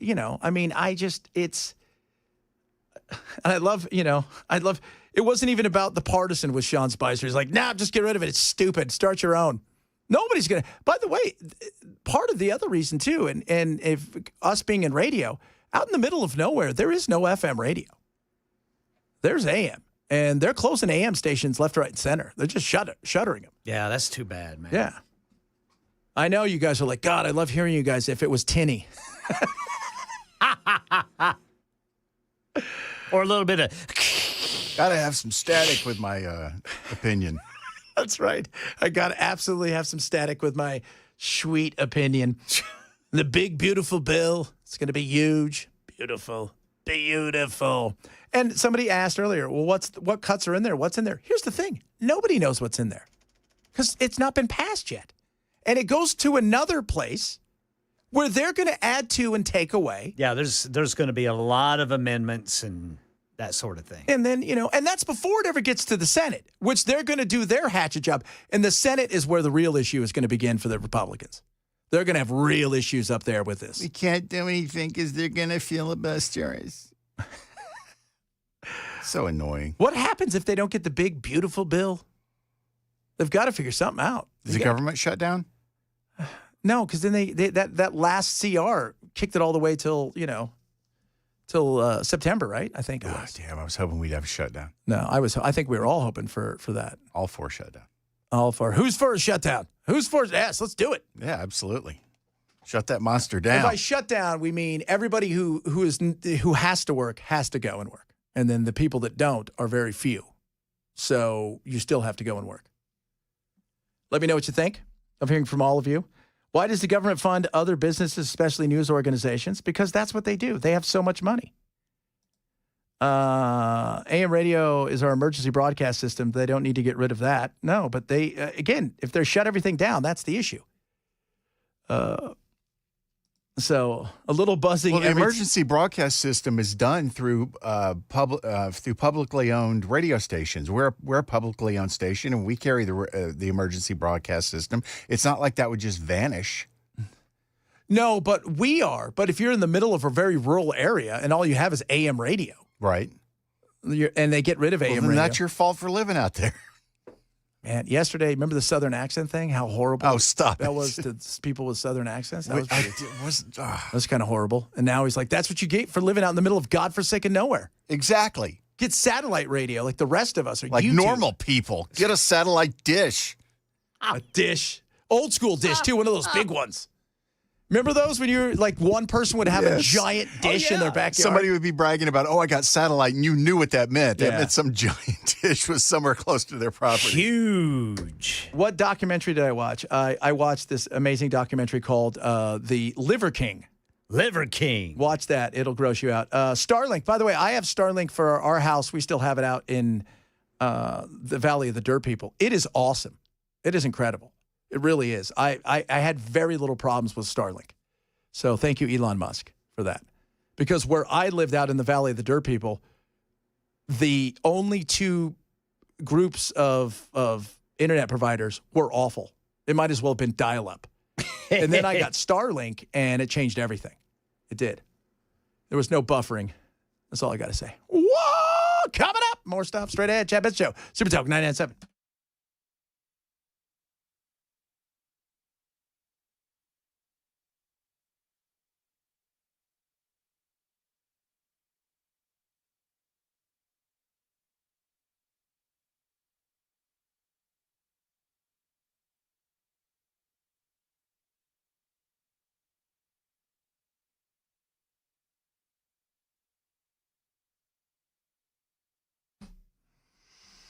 Rough Greens, RUFFgreens.com/Chad. Get yourself some Rough Greens, $20 value, absolutely free. They can send you out this bag. It's one scoop, man. That's all it is. So you get the bag, you open it up, scoop. Dog food's dead food. It's meant to be shelf stable. And try this, $20 value free. You cover the cost of shipping. I love my dogs. I want them healthy. Over 90 days, you're going to see a change in your dog's life that is incredible, especially your dog's a little bit older. If they're younger, it's going to be great for them. It's going to keep them healthier from the start. But if they're older, you take them for a walk. You notice how they get on the couch, a little slower. That move is good. This is going to change all of that. They're going to have more energy.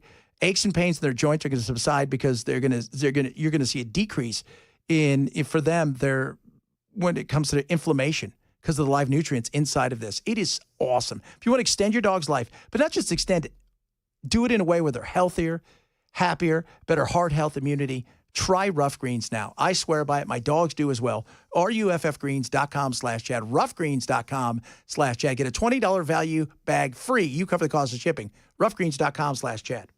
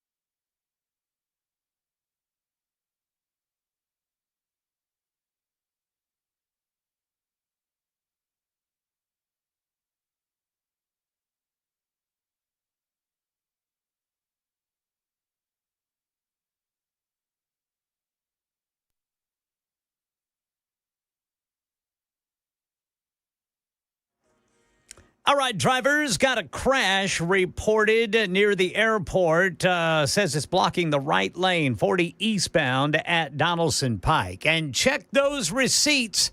Items at checkout might cost more than the price tag on the shelf. That's coming up at 2 on Super Talk 99.7 WTN.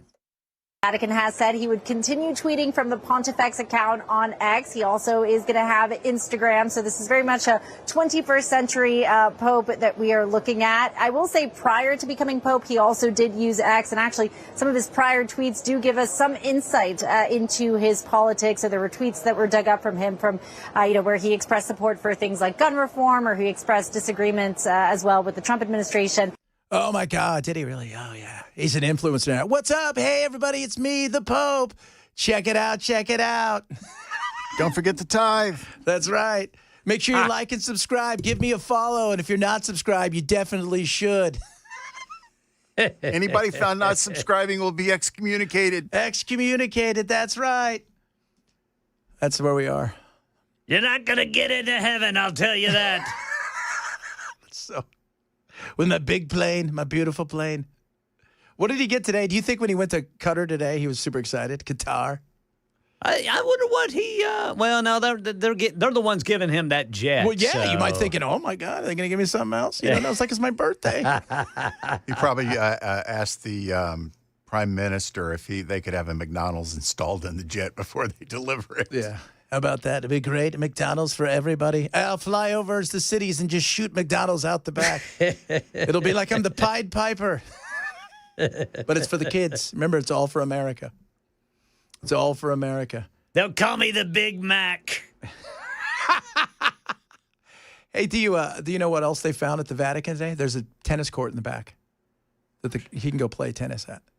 Really? We didn't know that was already there? No, apparently they didn't know because they're getting a different view that they've never really gotten. You know, it's like, oh my God, you guys got like a pool and a gym and all this room for, I don't know, refugees, but whatever.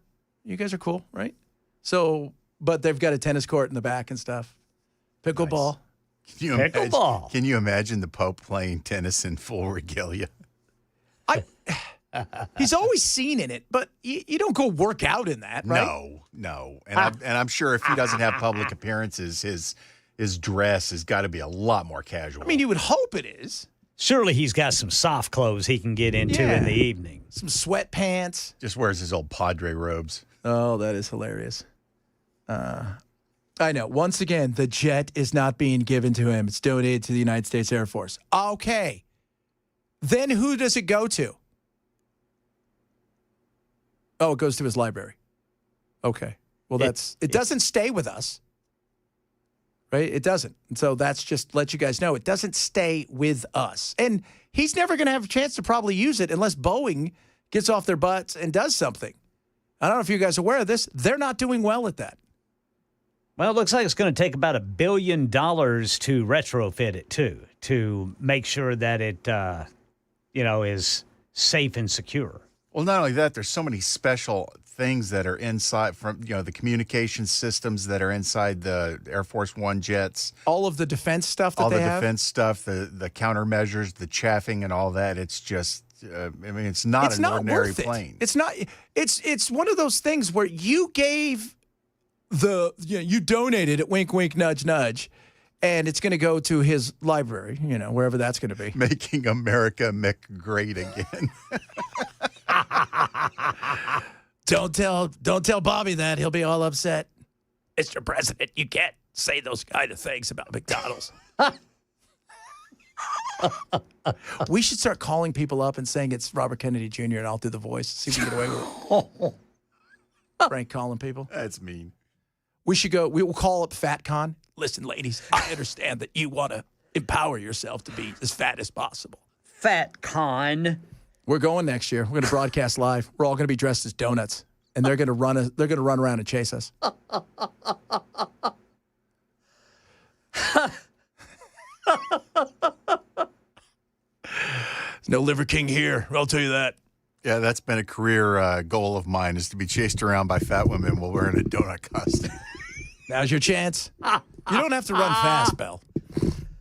Oh. Coming up, hour number 3, we'll talk a little bit about the cover-up with Biden. Also, guys, why are you so afraid to go bald? Something's making a comeback, and it is stupid. Telling you that now. Be manly, for God's sakes. It is the Chad Benson Show, Super Talk 99.7.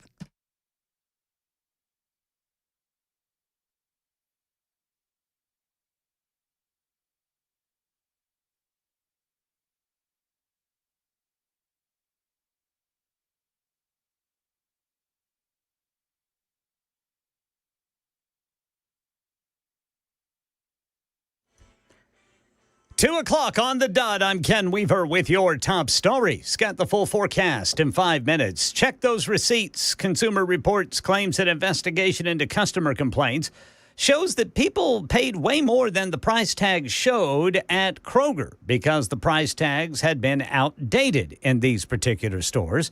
That means they rang up a lot more when people went to checkout. The average overcharge, according to this investigation, was about $1.70 per item. Consumer Reports says many of the items in question had outdated sales tags. Kroger says it's working to address the possible discrepancies.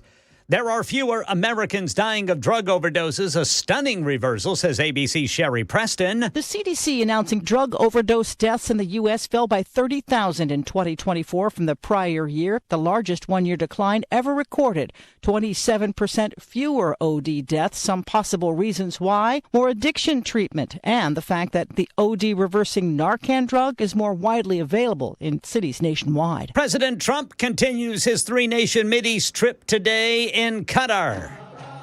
He got a warm welcome when he landed in Doha. Music, singing, military greeting, and then shortly after landing, the president and the emir sat down for talks. We've been friends for a long time. Hard to believe, right? Remember that first meeting very well. And we've liked each other and we've worked with each other. And now we can work in the highest capacity. The president said Qatar has agreed to buy jets from Boeing, a $200 billion deal worth 160 jets. Back here in Middle Tennessee, frustrated drivers in Williamson County, listen up. Franklin's budget for the 2025-2026 fiscal year includes road widening projects. Mac Hatcher Southeast from Murfreesboro Road to Columbia. Mac Hatcher Northwest from Hillsborough Road to New Highway 96 from 2 to 4 lanes. As part of the proposed budget for Franklin, water and sewer rates would go up by 6% and 5% respectively, starting on January 1st. You ready for some football? YouTube will stream the NFL Week 1 game between the Chiefs and Chargers in Brazil for free. The first time the streaming platform has ever broadcast a live NFL game in its entirety. By the way, the full 2025 NFL schedule will be released tonight at 7 o'clock Middle Tennessee time. That's the latest news. Weather is next. I'm Ken Weaver, WTN News.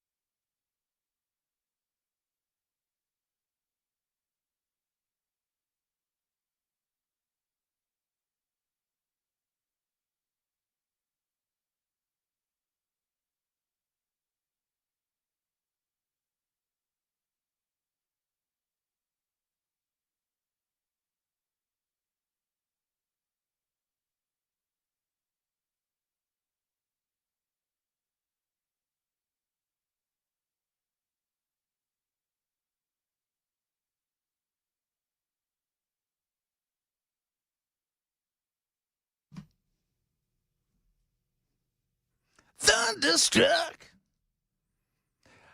A lot of people chiming in about our trip to FatCon. It's going to be awesome. Broadcasting live from FatCon. How exciting is that going to be?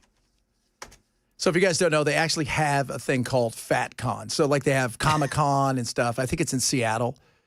And I've seen like the people there, and I will say it's 90% women. Lots of pronouns everywhere. FatCon is back for 2026. Fat Back Con. Going to be January 16th through the 18th in Seattle. That's right. We could go there. The Emerald City. We could show up, man, and bring our Ozempic. Dude, we'll dress as Ozempic. Oh my gosh. We'll dress as a syringe and chase him around. That would be hilarious. Tickets. Let's see. How much are tickets? Tickets. Start at $200. That's right. What's that, $1 a pound if you're 5'5" or under? No. So you got to understand, that's just for the buffet. Non-refundable too, dudes. That's right. Well, of course. It's a big buffet. Been here all week. You think they have EMTs on site in case somebody has a heart attack? attack? Are you kidding me, man? They got people rolling around every single day, man. There's just defibrillators everywhere. Can I be a guest speaker at FatCon? You can. They have AM and PM snack breaks. Yeah. Normal people call those lunch and dinner. Stay fueled and rested and hang out with presenters. FatCon. Can you believe? People don't believe me, and I'm like, no, you don't understand. This is a real thing. It is. And they celebrate this, the fat culture. What's fat? Well, first of all, fat culture is America. They should probably hold it in the South based on what we talked about yesterday. What was it, 9 out of the 10? Was it only Indiana is the only one that wasn't in the South or South-related? Yeah, something like that. But here's the other thing. If you're plump, right? Let's say you're not gross. You can see your feet. You can go for a jog. Yeah. But you could lose 30 pounds. And you go to FatCon, you walk around, you're like, I feel like Karen Carpenter. You wear your I Beat anorexia shirt. VIP includes early access to the vendors hall. And they're just vendor machines. It's just food. Just vending machines everywhere. You guys are so mean to people who are pleasantly plump, nutritional overachievers.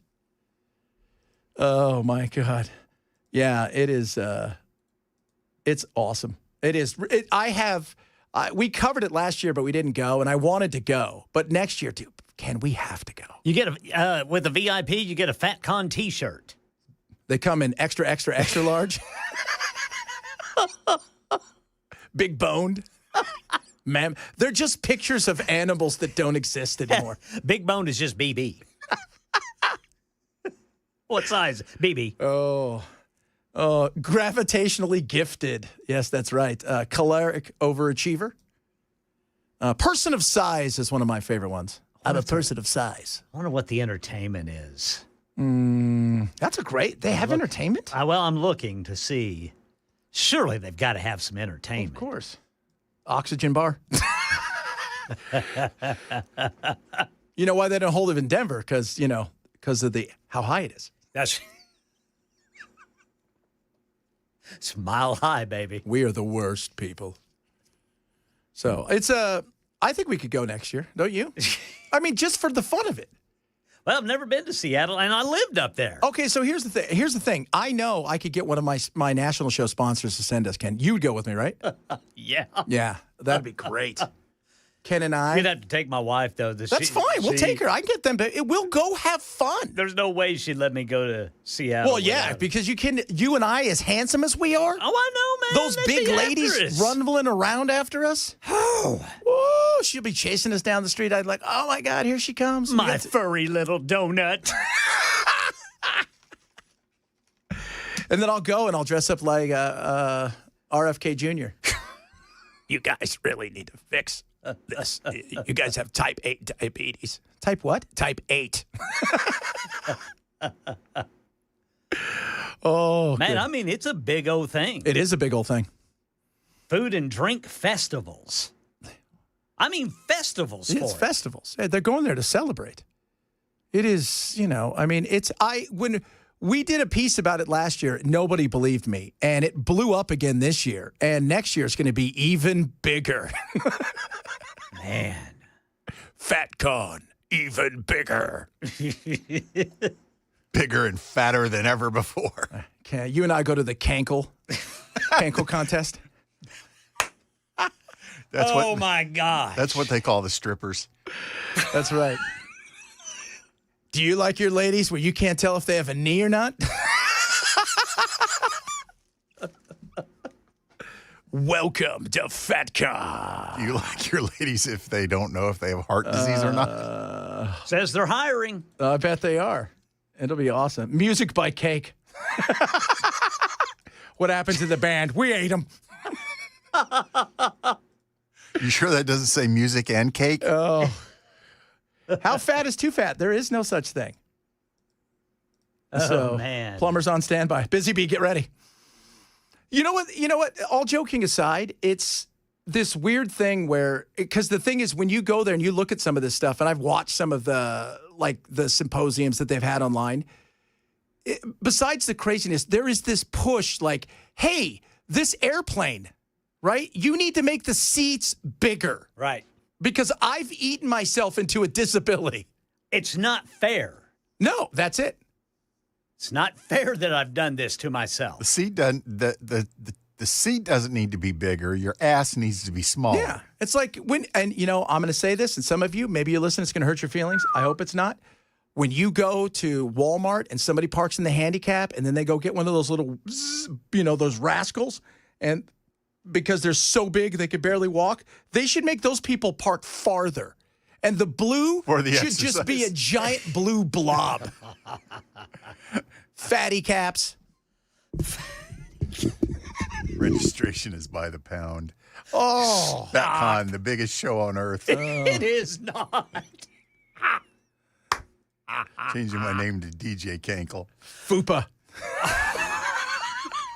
You know what? Here's the thing about Lizzo. Have you seen Lizzo lately? I mean, she's still bigger. I heard she looks great. She lost a bunch of weight because I think she realized, oh my God, this isn't healthy. Okay, I can be empowered and strong, but this is not healthy. Yeah, what good is being rich if you're dead? Yeah, that's true. That's true. And this is where bullying comes in. Good old-fashioned bullying. That's not very nice. No, I don't want you to feel bad about yourself, but you can take some accountability. I need to lose 30 pounds. Why? I moved out here. I stopped working out every day. I'm working more than I have been for quite a long time. And I've been eating like crap. That's on me. Right? Nobody forced me to do that. I can take accountability for that. And that's what we should do. But instead, it's like, oh, my God, society made me. No, society didn't feed you. You fed you. Yeah, I was at fault for my heaviest days. Yeah. Definitely. Everybody is. Nobody has somebody else sticking a spoon in their mouth full of bad food. We'll get one in a minute going, I have a thyroid problem. Is it located in a donut? Oh. Right? Because you get I have a thyroid problem every time I eat a gallon of Boston cream filling. It goes right to my thyroid. I can't even get some of this stuff out on a straight face. You can't, People need more tapeworms. Too Fat Shakur. That's the musical. As I'm about to get this combo Biggie sized. Oh my God. Front butt contest. Stop it, man. This is not very nice. You guys are the worst. Oh, front butt. Front butt. Yeah, it's disability and addiction. Well, that's what they make it. They do. They make it that way. And the thing is, I read an article from a lady at the Huffington Post. Remember when everybody had to work from home and then they were continuing? This woman who was normal size, she wrote this article because while she was at home, sequestering and hiding from COVID, she lived in New York, she put on like 40 or 50 pounds and she went to work and she wrote this big article how everybody had changed the way they treated her. How she had become this person, like she needed protection and stuff. No. All joking aside, it's not healthy. It's not. And it cost us billions of dollars. and billions of dollars. It leads to so much disease. Yeah, that we don't think about. You think, oh, what happened? Jim, he was too big, get a heart attack. Jim had type 2 diabetes. Jim could barely breathe. He missed work at least 2 days every month. The cost of it building up, and that goes under your insurance. Yep. And this is the chronic disease we have, is the food we eat, but it's also the fact that we can't put the spoon down. Well, it's like, I don't know if you boys have ever watched that show, My 600-Pound Life. Yes. And that little doctor who's trying to, he's trying to help these people. And he tells them, he says, look, you can't eat certain things anymore. And I'm not going to operate on you until you show me that you can take accountability for yourself and lose a certain amount of weight. If you lose a certain amount of weight, we'll do the surgery. Yeah. And very few of them ever make it. My uncle, who's in my podcast, he's lost like 100 pounds. And he was going to get the surgery. And he was talking about how much crap he had to go through to try to get it. But it was one of those things where he had to go through a bunch of stuff to show that he could lose weight and survive and would continue to do so. And finally, that was right before the shot came out. Then he got the shot, and he lost so much weight since the shot. Interesting. That shot is going to be, you want to talk about why the government should pay for something? That right there is what they should pay for. If you want to cut costs in the future, that should be the thing right there that helps. You know what? If the government has to spend an extra $1 billion a month helping people keep the weight down, but it saves us $50 billion a month in long-term cost. You're literally cutting fat. Yeah, you're cutting the fat. You are. But that's 600 pound. I mean, like we talk about, what was that show we watch, Love on the Spectrum? Yeah. We have turned stuff like, you are so big that we're going to have, I can't even imagine.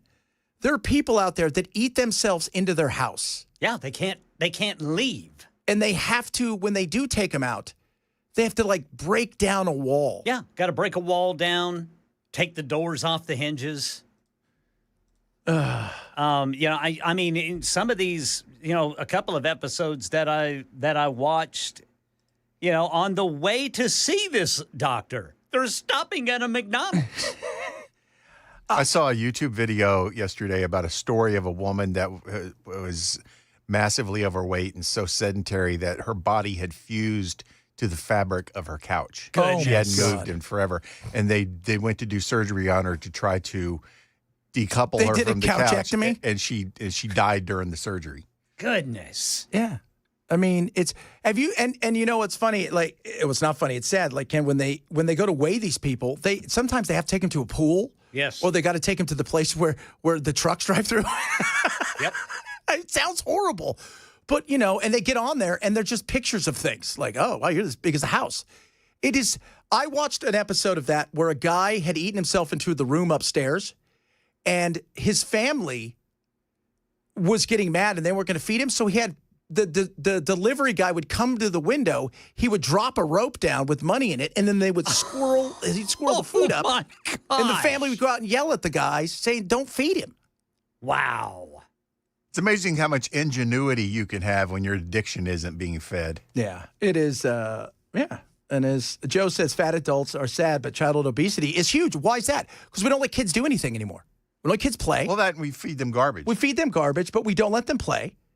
We don't let them go out and do stuff. We don't let them run around. We don't let them, because we've decided that stuff that, we just don't, we're not allowing them to do. We don't even let them danger. Yeah. We don't even let them be bored.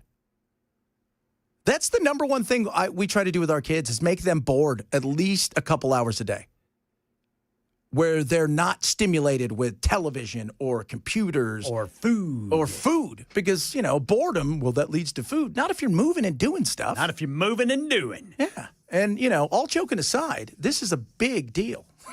It really is, man. It leads to the what is the number one killer now? Is it still heart disease? It's heart disease. Yeah, well, it leads to that. It also it is linked to cancers. Diabetes. Yeah. All of it. A chronic illness. Basically everything in the top 5 outside of a lung cancer, you can look at obesity as being the cause, the major culprit.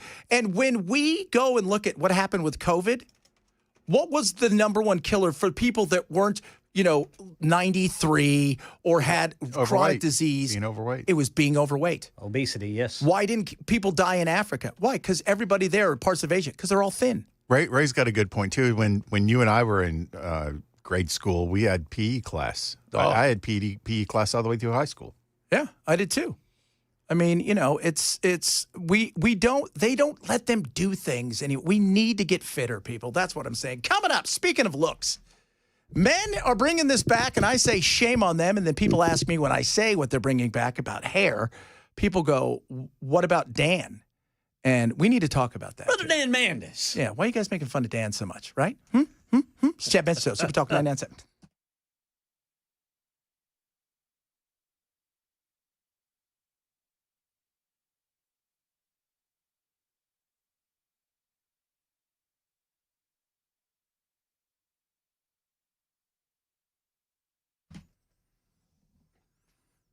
Bulwark Capital. So the 22nd of this month, they're doing a Tariff Edition webinar. It's free. You can go to knowyourriskradio.com and sign up.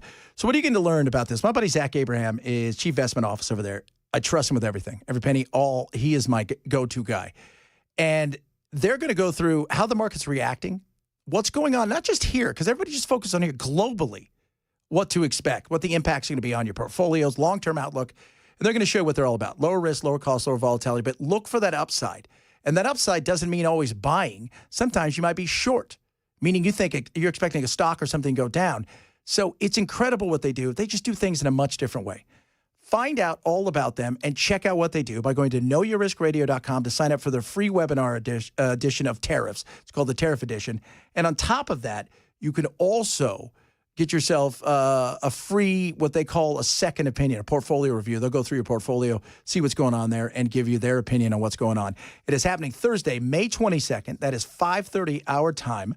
So, again, free to register. It takes about an hour to watch. You can ask questions. Simple and easy. Go to Know Your Risk Radio, KNOW, riskradio.com to sign up. Investment advisory service offered through Trick Financial LLC and SEC registered investment advisor. Investment involved risk, not a guarantee. Past performance not guaranteed future results. Trek 25206.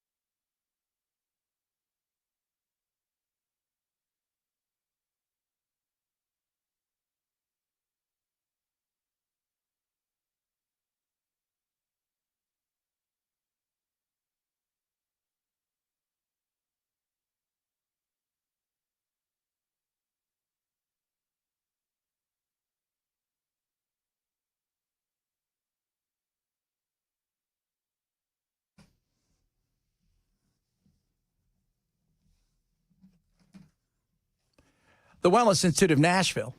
Go to painisbad.com. Right now, in honor of 47 President, they got 47% off. Non-surgical spinal decompression. It's the big 47 offer going on right now. So what is this? Well, first and foremost, this is about getting your back feeling better and not surgical. Dr. Mitchell, Dr. Ashley are going to go in and they're going to give you a once-over, right? Like you want a consultation. What's going on? And they're going to go through and build a plan based on your x-rays. If you have MRIs, bring them.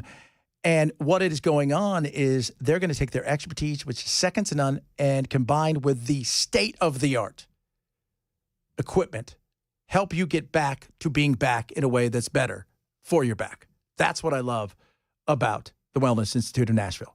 Call them today. Go in and see them. Weather's getting better. You want to be outside moving around. You don't want to be hurt and sad inside. Call 615-246-5009. 615-246-5009 or painisbad.com. Kroger under investigation for pricing, and a new study claims to figure out who is more likely to die from a broken heart. These stories and more at 2:30 on Super Talk 99.7 WTN. As we were talking about, by the way, some of you and some of your hilarious tweets and text about the larger-than-life people at FatCon, the toupee is making a comeback. Now, I got to be honest with you guys. Nothing makes me laugh as much as a bad toupee.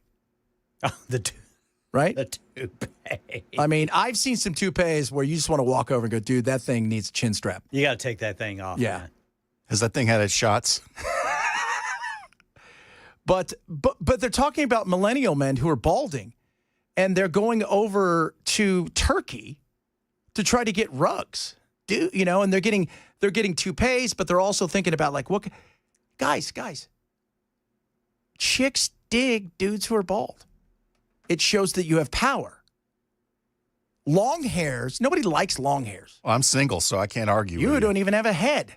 Women prefer a guy that has most of their body parts. But I've always been fascinated by my people who are afraid to be bald. You know? Remember George Costanza? Yeah, oh, God, yeah. That was so great. That was so awesome. I used to be bald.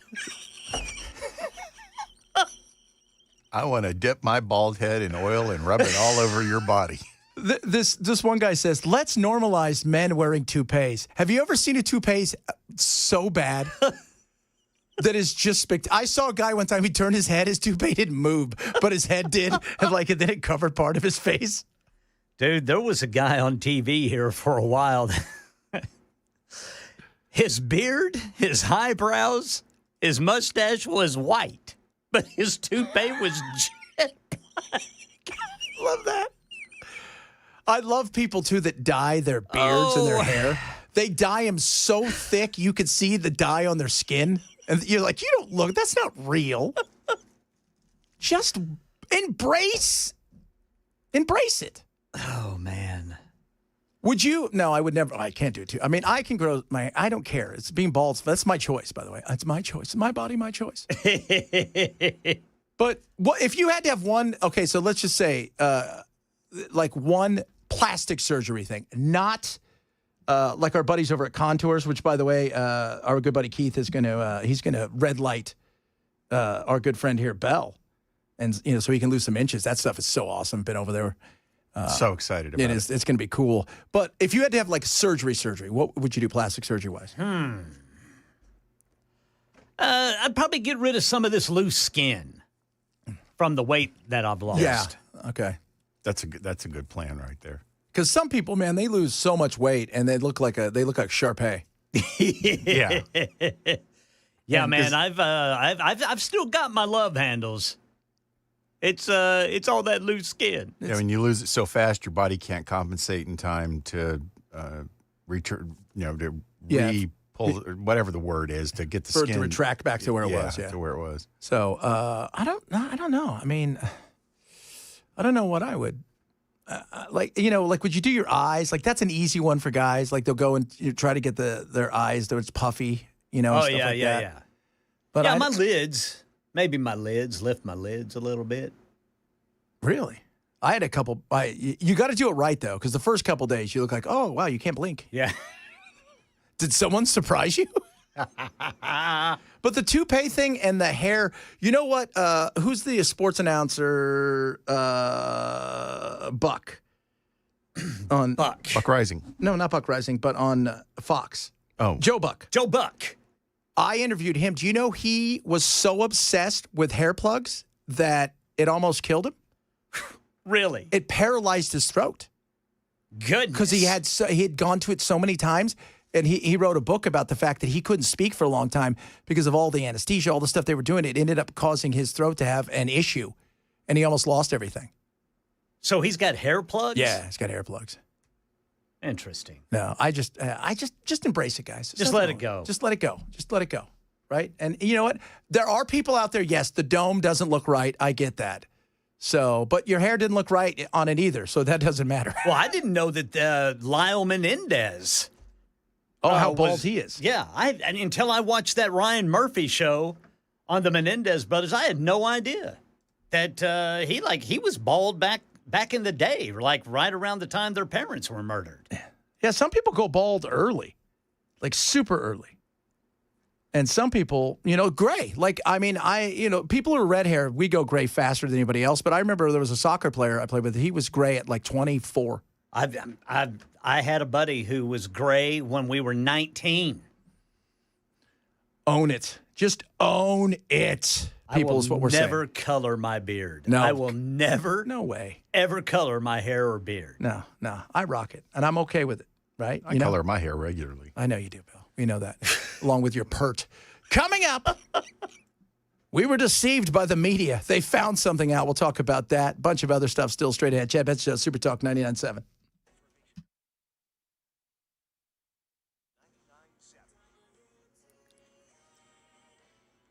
I'm Ken Weaver with your top stories. Full forecast in 5 minutes. Listen up, Middle Tennessee. A Consumer Reports investigation turns up some questions about grocery chain Kroger. ABC Sharon Preston with more. Consumer Reports, The Guardian, and the Food Environment and Reporting Network recruited shoppers over the past 3 months to spot check prices at Kroger and Kroger-owned stores like Fred Meyer and Ralph's. They found that the typical Kroger shopper ends up paying far more for what they think are discounted items, everything from Cheerios and dog food to instant coffee and salmon. Consumer Reports says many of the items in question had outdated sales tags that rang up as a lot more when people went to check out. Kroger says it's working to address the possible discrepancies. Sherry Preston, ABC News. Parents here in Tennessee who want to take advantage of Tennessee's new school voucher program, be ready to apply tomorrow. Applications open tomorrow, May 15th at noon, and the awards are limited. There are 20,000 scholarships available for $7,300 apiece.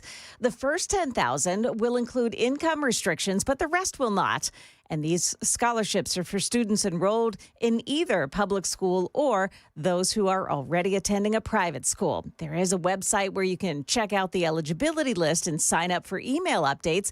That website is tneducationfreedom.com. Joan Jones, WTN News. You ever been so heartbroken you thought you would die? A study published in the Journal of the American Heart Association claims men are twice as likely to die from the stress-related heart condition commonly called broken heart syndrome.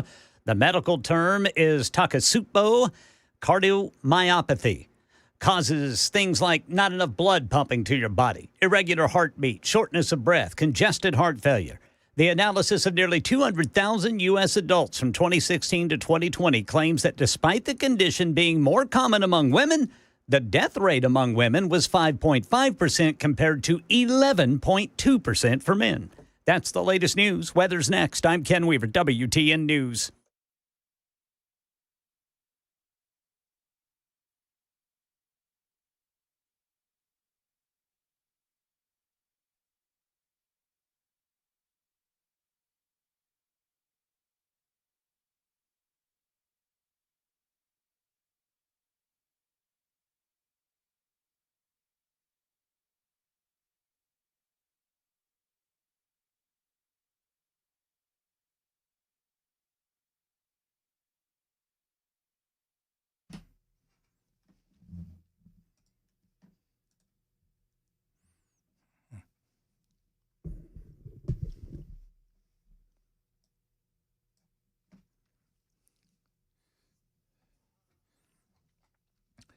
Beacon Capital Management. My buddies over there, you want to call them. They're local. And when it comes to your retirement, they always talk about, dollars and cents. You don't want to outlive that. No, you don't. But you don't want to have to go back to work because you can't afford health insurance. You haven't thought about a lot of other things. That's where Beacon comes in. They want to be your full service when it comes to what it is you're doing with your retirement. That includes things like tax planning, estate planning, even health care.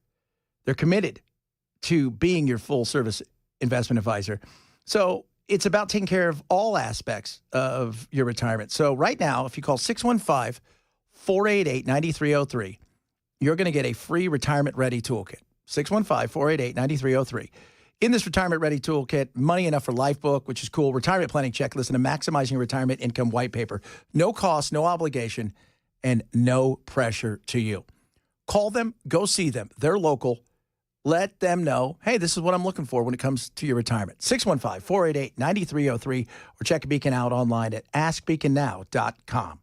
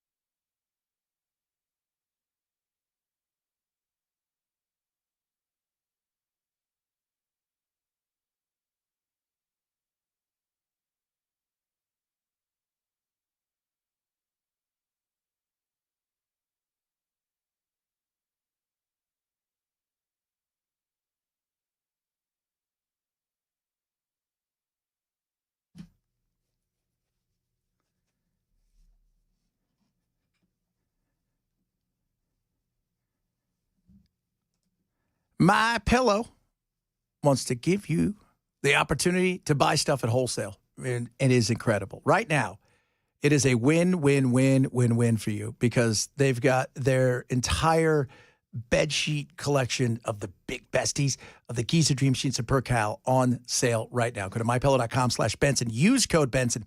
So there's two bed sheets. I have both of these, and I swear by them absolutely. Switch them out through the year. You know, obviously you change stuff up, but you've got the Giza Dream Sheets, which are incredible. I feel like you're sleeping on $1 million. It's awesome. The Giza cotton's incredible, ultra soft, super breathable. Luxury sateen weave. It's great. So normally these things are super expensive. Right now, $49.98 across the board. King, queen, cow, king cow, split. I don't even know what that is, right? Like all the stuff. Like, you know, dog bed. Who knows? Just $49.98. Colors, all that stuff. While supplies last. This time of year starts to get warmer. I go with the Percal bed sheets. Cooler, crisp sleep, deep pockets, but they're made for hot sleepers. 100% long staple cotton. And queen size normally $90. Yours right now $29.98. King size just $34.98. Grab these while supplies last. Once they're gone, they're gone. Go to mypillow.com/Benson. Use my promo code Benson. That's mypillow.com/Benson.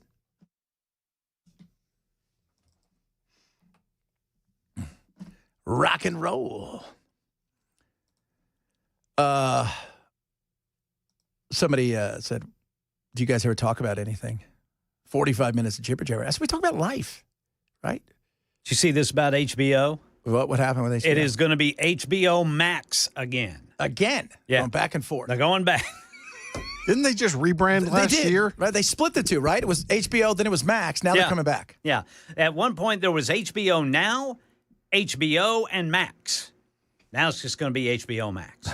Get it together, guys. Okay? Figure it out. So, but I'm saying we talk about everything else, like life, because that's what life is, right? We've talked politics today. We have talked baseball, you know, with Pete Rose and Shoeless Joe Jackson, and I think both of them should be in the Hall of Fame. Spicy counts as politics. Spicy was politics. We talked immigration. Yeah, heck yeah, we did. Talk a little bit of immigration. Talked about Fat Con. Talked about Fat Con. But see, the Fat Con led to a real, yes, it was funny, and it should be. But it led to a real thing, dude. About the cost of what is our health insurance premium skyrocketing through the roof. And listen to this number.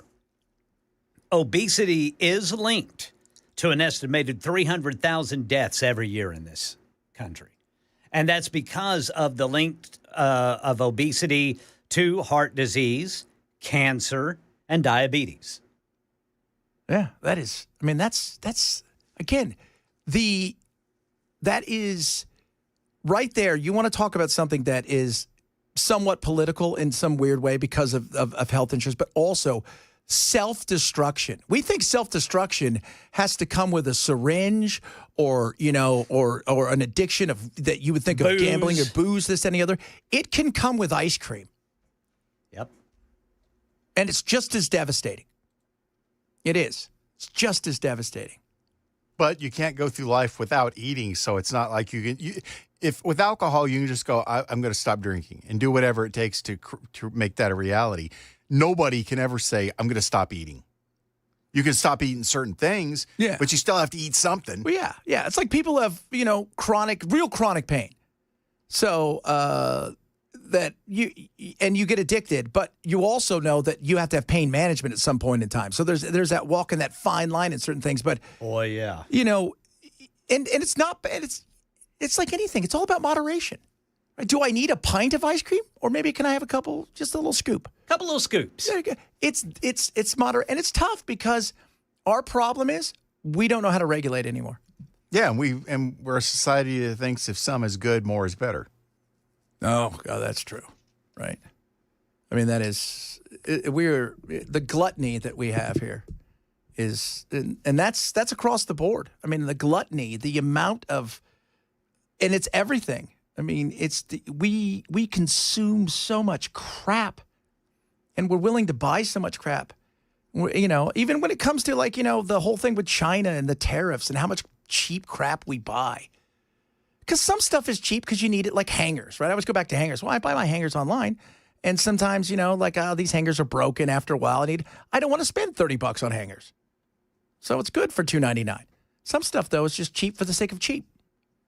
And we buy it because we can and because it's easy. And we turned online shopping into gamification where it's a click. We should have something on there. Are you sure you want to buy this? Are you positive? Do you really need this crap? That should be on there. And 80% of the food that we eat that's cheap is also bad for you. Oh, totally. That's why you need it's the so Liver much King. easier to get, potato chips and frozen meals and stuff like that versus getting some steaks or some pork chops and some vegetables and cooking that up. That's why I say crock pot, baby. Oh, Yeah, crock baby. pot. Just throw some meat and some veggies in there and let her cook. Invite me over. Yeah. You know what? That's why you guys need the Liver King. Delivery Then King? you don't even need a crock pot. Liver King. Oh. Liver King, if you guys know who it is, he was still is, he's an influencer, but he got big over the last couple of years, and he's one of those guys that screams and yells, and he's the fitness version of the Tate brothers, is what somebody said. I thought that was a perfect description. Yeah, that's perfect. He wears like jogging shorts, combat boots. He's got a big beard. He is tan all the time, and he talks like this. And he has a 12-pack. Like, I have a keg. He's got a 12-pack. His 6-pack has another little 6-pack on top of it. Yeah. Isn't It's 2 for 1. Yeah. 12-pack actually called a case? So he does. He's got a double. He is, but he's so fit. And then it's all about I'm a naturalitarian or whatever crap he came up with. Like I only eat off the land, and he eats. He'll kill a cow, cut it open like it's the Empire Strike Back, like he's going to get inside of it, right? Because it's too cold, but it's Texas, and he takes out the liver and he eats it. And like that's all he eats, and like their kids are all sitting around and they're eating raw meat. I bet some of those things have screwworm in it. I do like my beef rare. Got to look out for that screwworm. You do. I'll tell you what. You got to definitely look out for that screwworm. Yeah, apparently this fly that gives you the screwworm has popped up in Mexico after it had been eradicated or something. Now it's popping up in Mexico, and its bite doesn't heal. Oh, really? Is what they're saying about this screwworm fly or something. I gotta And look this it up. can kill a cow. I was reading it kills a cow within 7 days. Right. So, but yeah, the New World screwworm fly. Damn New World. But again, that's what we talk about, like real life. Toupees, phenomenal. I wouldn't want that thing to bite me. No, I wouldn't want. Now, how does it affect humans, or is it only? Do you get like? Because some things it will affect you, but it has to be implanted. So like it has to bite the cow, and then from there the larva will go in, and then it will become something. It's not going to do that in humans. Here you go, dude. Yes. Oh. New World screwworm larva, maggots, if you will, can infect humans, although it is not common. Screwworms are fly larvae that feed on living flesh. Oh, my God. I'm going to have to go get some toilet paper. They can enter wounds or even body orifices. Oh, not the orifices. Don't want to be running around naked outside. Rub some these dirt on things it. around. Rub some. It's like I always wear, like when you go jumping into, you always hear those stories about people like, I went swimming in the Amazon and something sprang up your urethra. How'd that work out for you? It was called the grundlefish. Yeah, and it's got spikes, and they only go one direction. Thought I had a case of the swamp ass. It was really a screwworm. Oh, the screwworm are... they're maggots. Yeah. But they're affecting our, it's like mad cow when I was in England. Like when I was in England, mad cow was a big deal for a while. That's why I couldn't give blood for a long time here, because I lived at a time in England when mad cow was there, and it could stay inside of your brain or whatever for like 12 or 15 years. Goodness. And if you've never seen a cow with mad cow, they're like, everybody's like, what do you mean? It jumps around. It looks crazy. Yeah. And they wouldn't let me give blood because it could have been dormant. Weirdos. How long do you have to wait? It was 15 years, 12 or 15 years. Wow. I know, right? Wow, get this. There's no medication to treat screwworm in humans. You've just got to make sure if you have what they do is they'll land on like an open wound or something or crawl into an orifice and lay their larva. So you got to catch it. Like if they've already laid it, you got to make sure you catch it in time. So, man, that's rough business, man. How do you know How do you know you even have it? Well, okay, let's see here. Symptoms. Goodness. Infested wounds may have a discharge, a foul odor, and the larva may be visible or felt within the wound. That's gross, man. That's disgusting. Oh. What's that TV show that's on Discovery? Eaten Alive or whatever? Yeah, Eaten Alive. Where those people come in. And that one lady, she's like, she kept saying she has things in her head, and then the doctor's like, we don't see anything, and then they look over, and like these little things are popping out of her head. Like it's monsters inside me. Monsters That's inside it. you. Yeah. That's freaky, man. Did you see the one where the guy had a worm in his eyeball? Oh, God. See? That's, you guys, I hope you're eating. Couldn't figure out why he was having headaches and blurred vision. I'm leaving. And there was a worm in his eyeball. Somebody said, you guys are making me sick. Can you change the subject? I'm sorry. We're having the screwworm's a real thing. I mean, that's not, and that could affect beef prices. Well, Ken had a story a couple days ago where they were talking about having banned imports from Mexico because of it. But and that, which of course could shoot up beef. I wonder if one cow gets the screwworm, is it one of those things where you have to destroy all of the cows like you have to do with some of these other things like hoof and mouth or whatever it is? Yeah, I wonder. It doesn't say anything about that. Wouldn't surprise me if that's the case, though, because it's not like flies are going to discriminate between one cow and another. Well, I mean, and here's the thing. If these flies are around, how do you keep them off your cattle? You don't. That's just like cattle constantly have all kinds of insects crawling around and on them. It's how do you keep them off? That's a great question. Or there must be some sort of spray or something they can do. It's got to be, man. There has to be. All right, coming up, this guy named Matt's going to join the program. He's shaved his I guess it was a beard, is what he was calling it. Yeah. That's what he went with. He shaved it off. He's a youngster. He's going to join the program next. He's also wearing He looks like he's 15 years older. Yeah. Well, you said yesterday he looks really old. He does. How old did he look when he had a beard? 50-ish, about his actual age. And now what's he look? 65. Oh, 65. Okay. I thought you said 15. That's a weird thing. Well, he's going to join the program straight ahead. Chad Benson Show, Super Talk 99.7.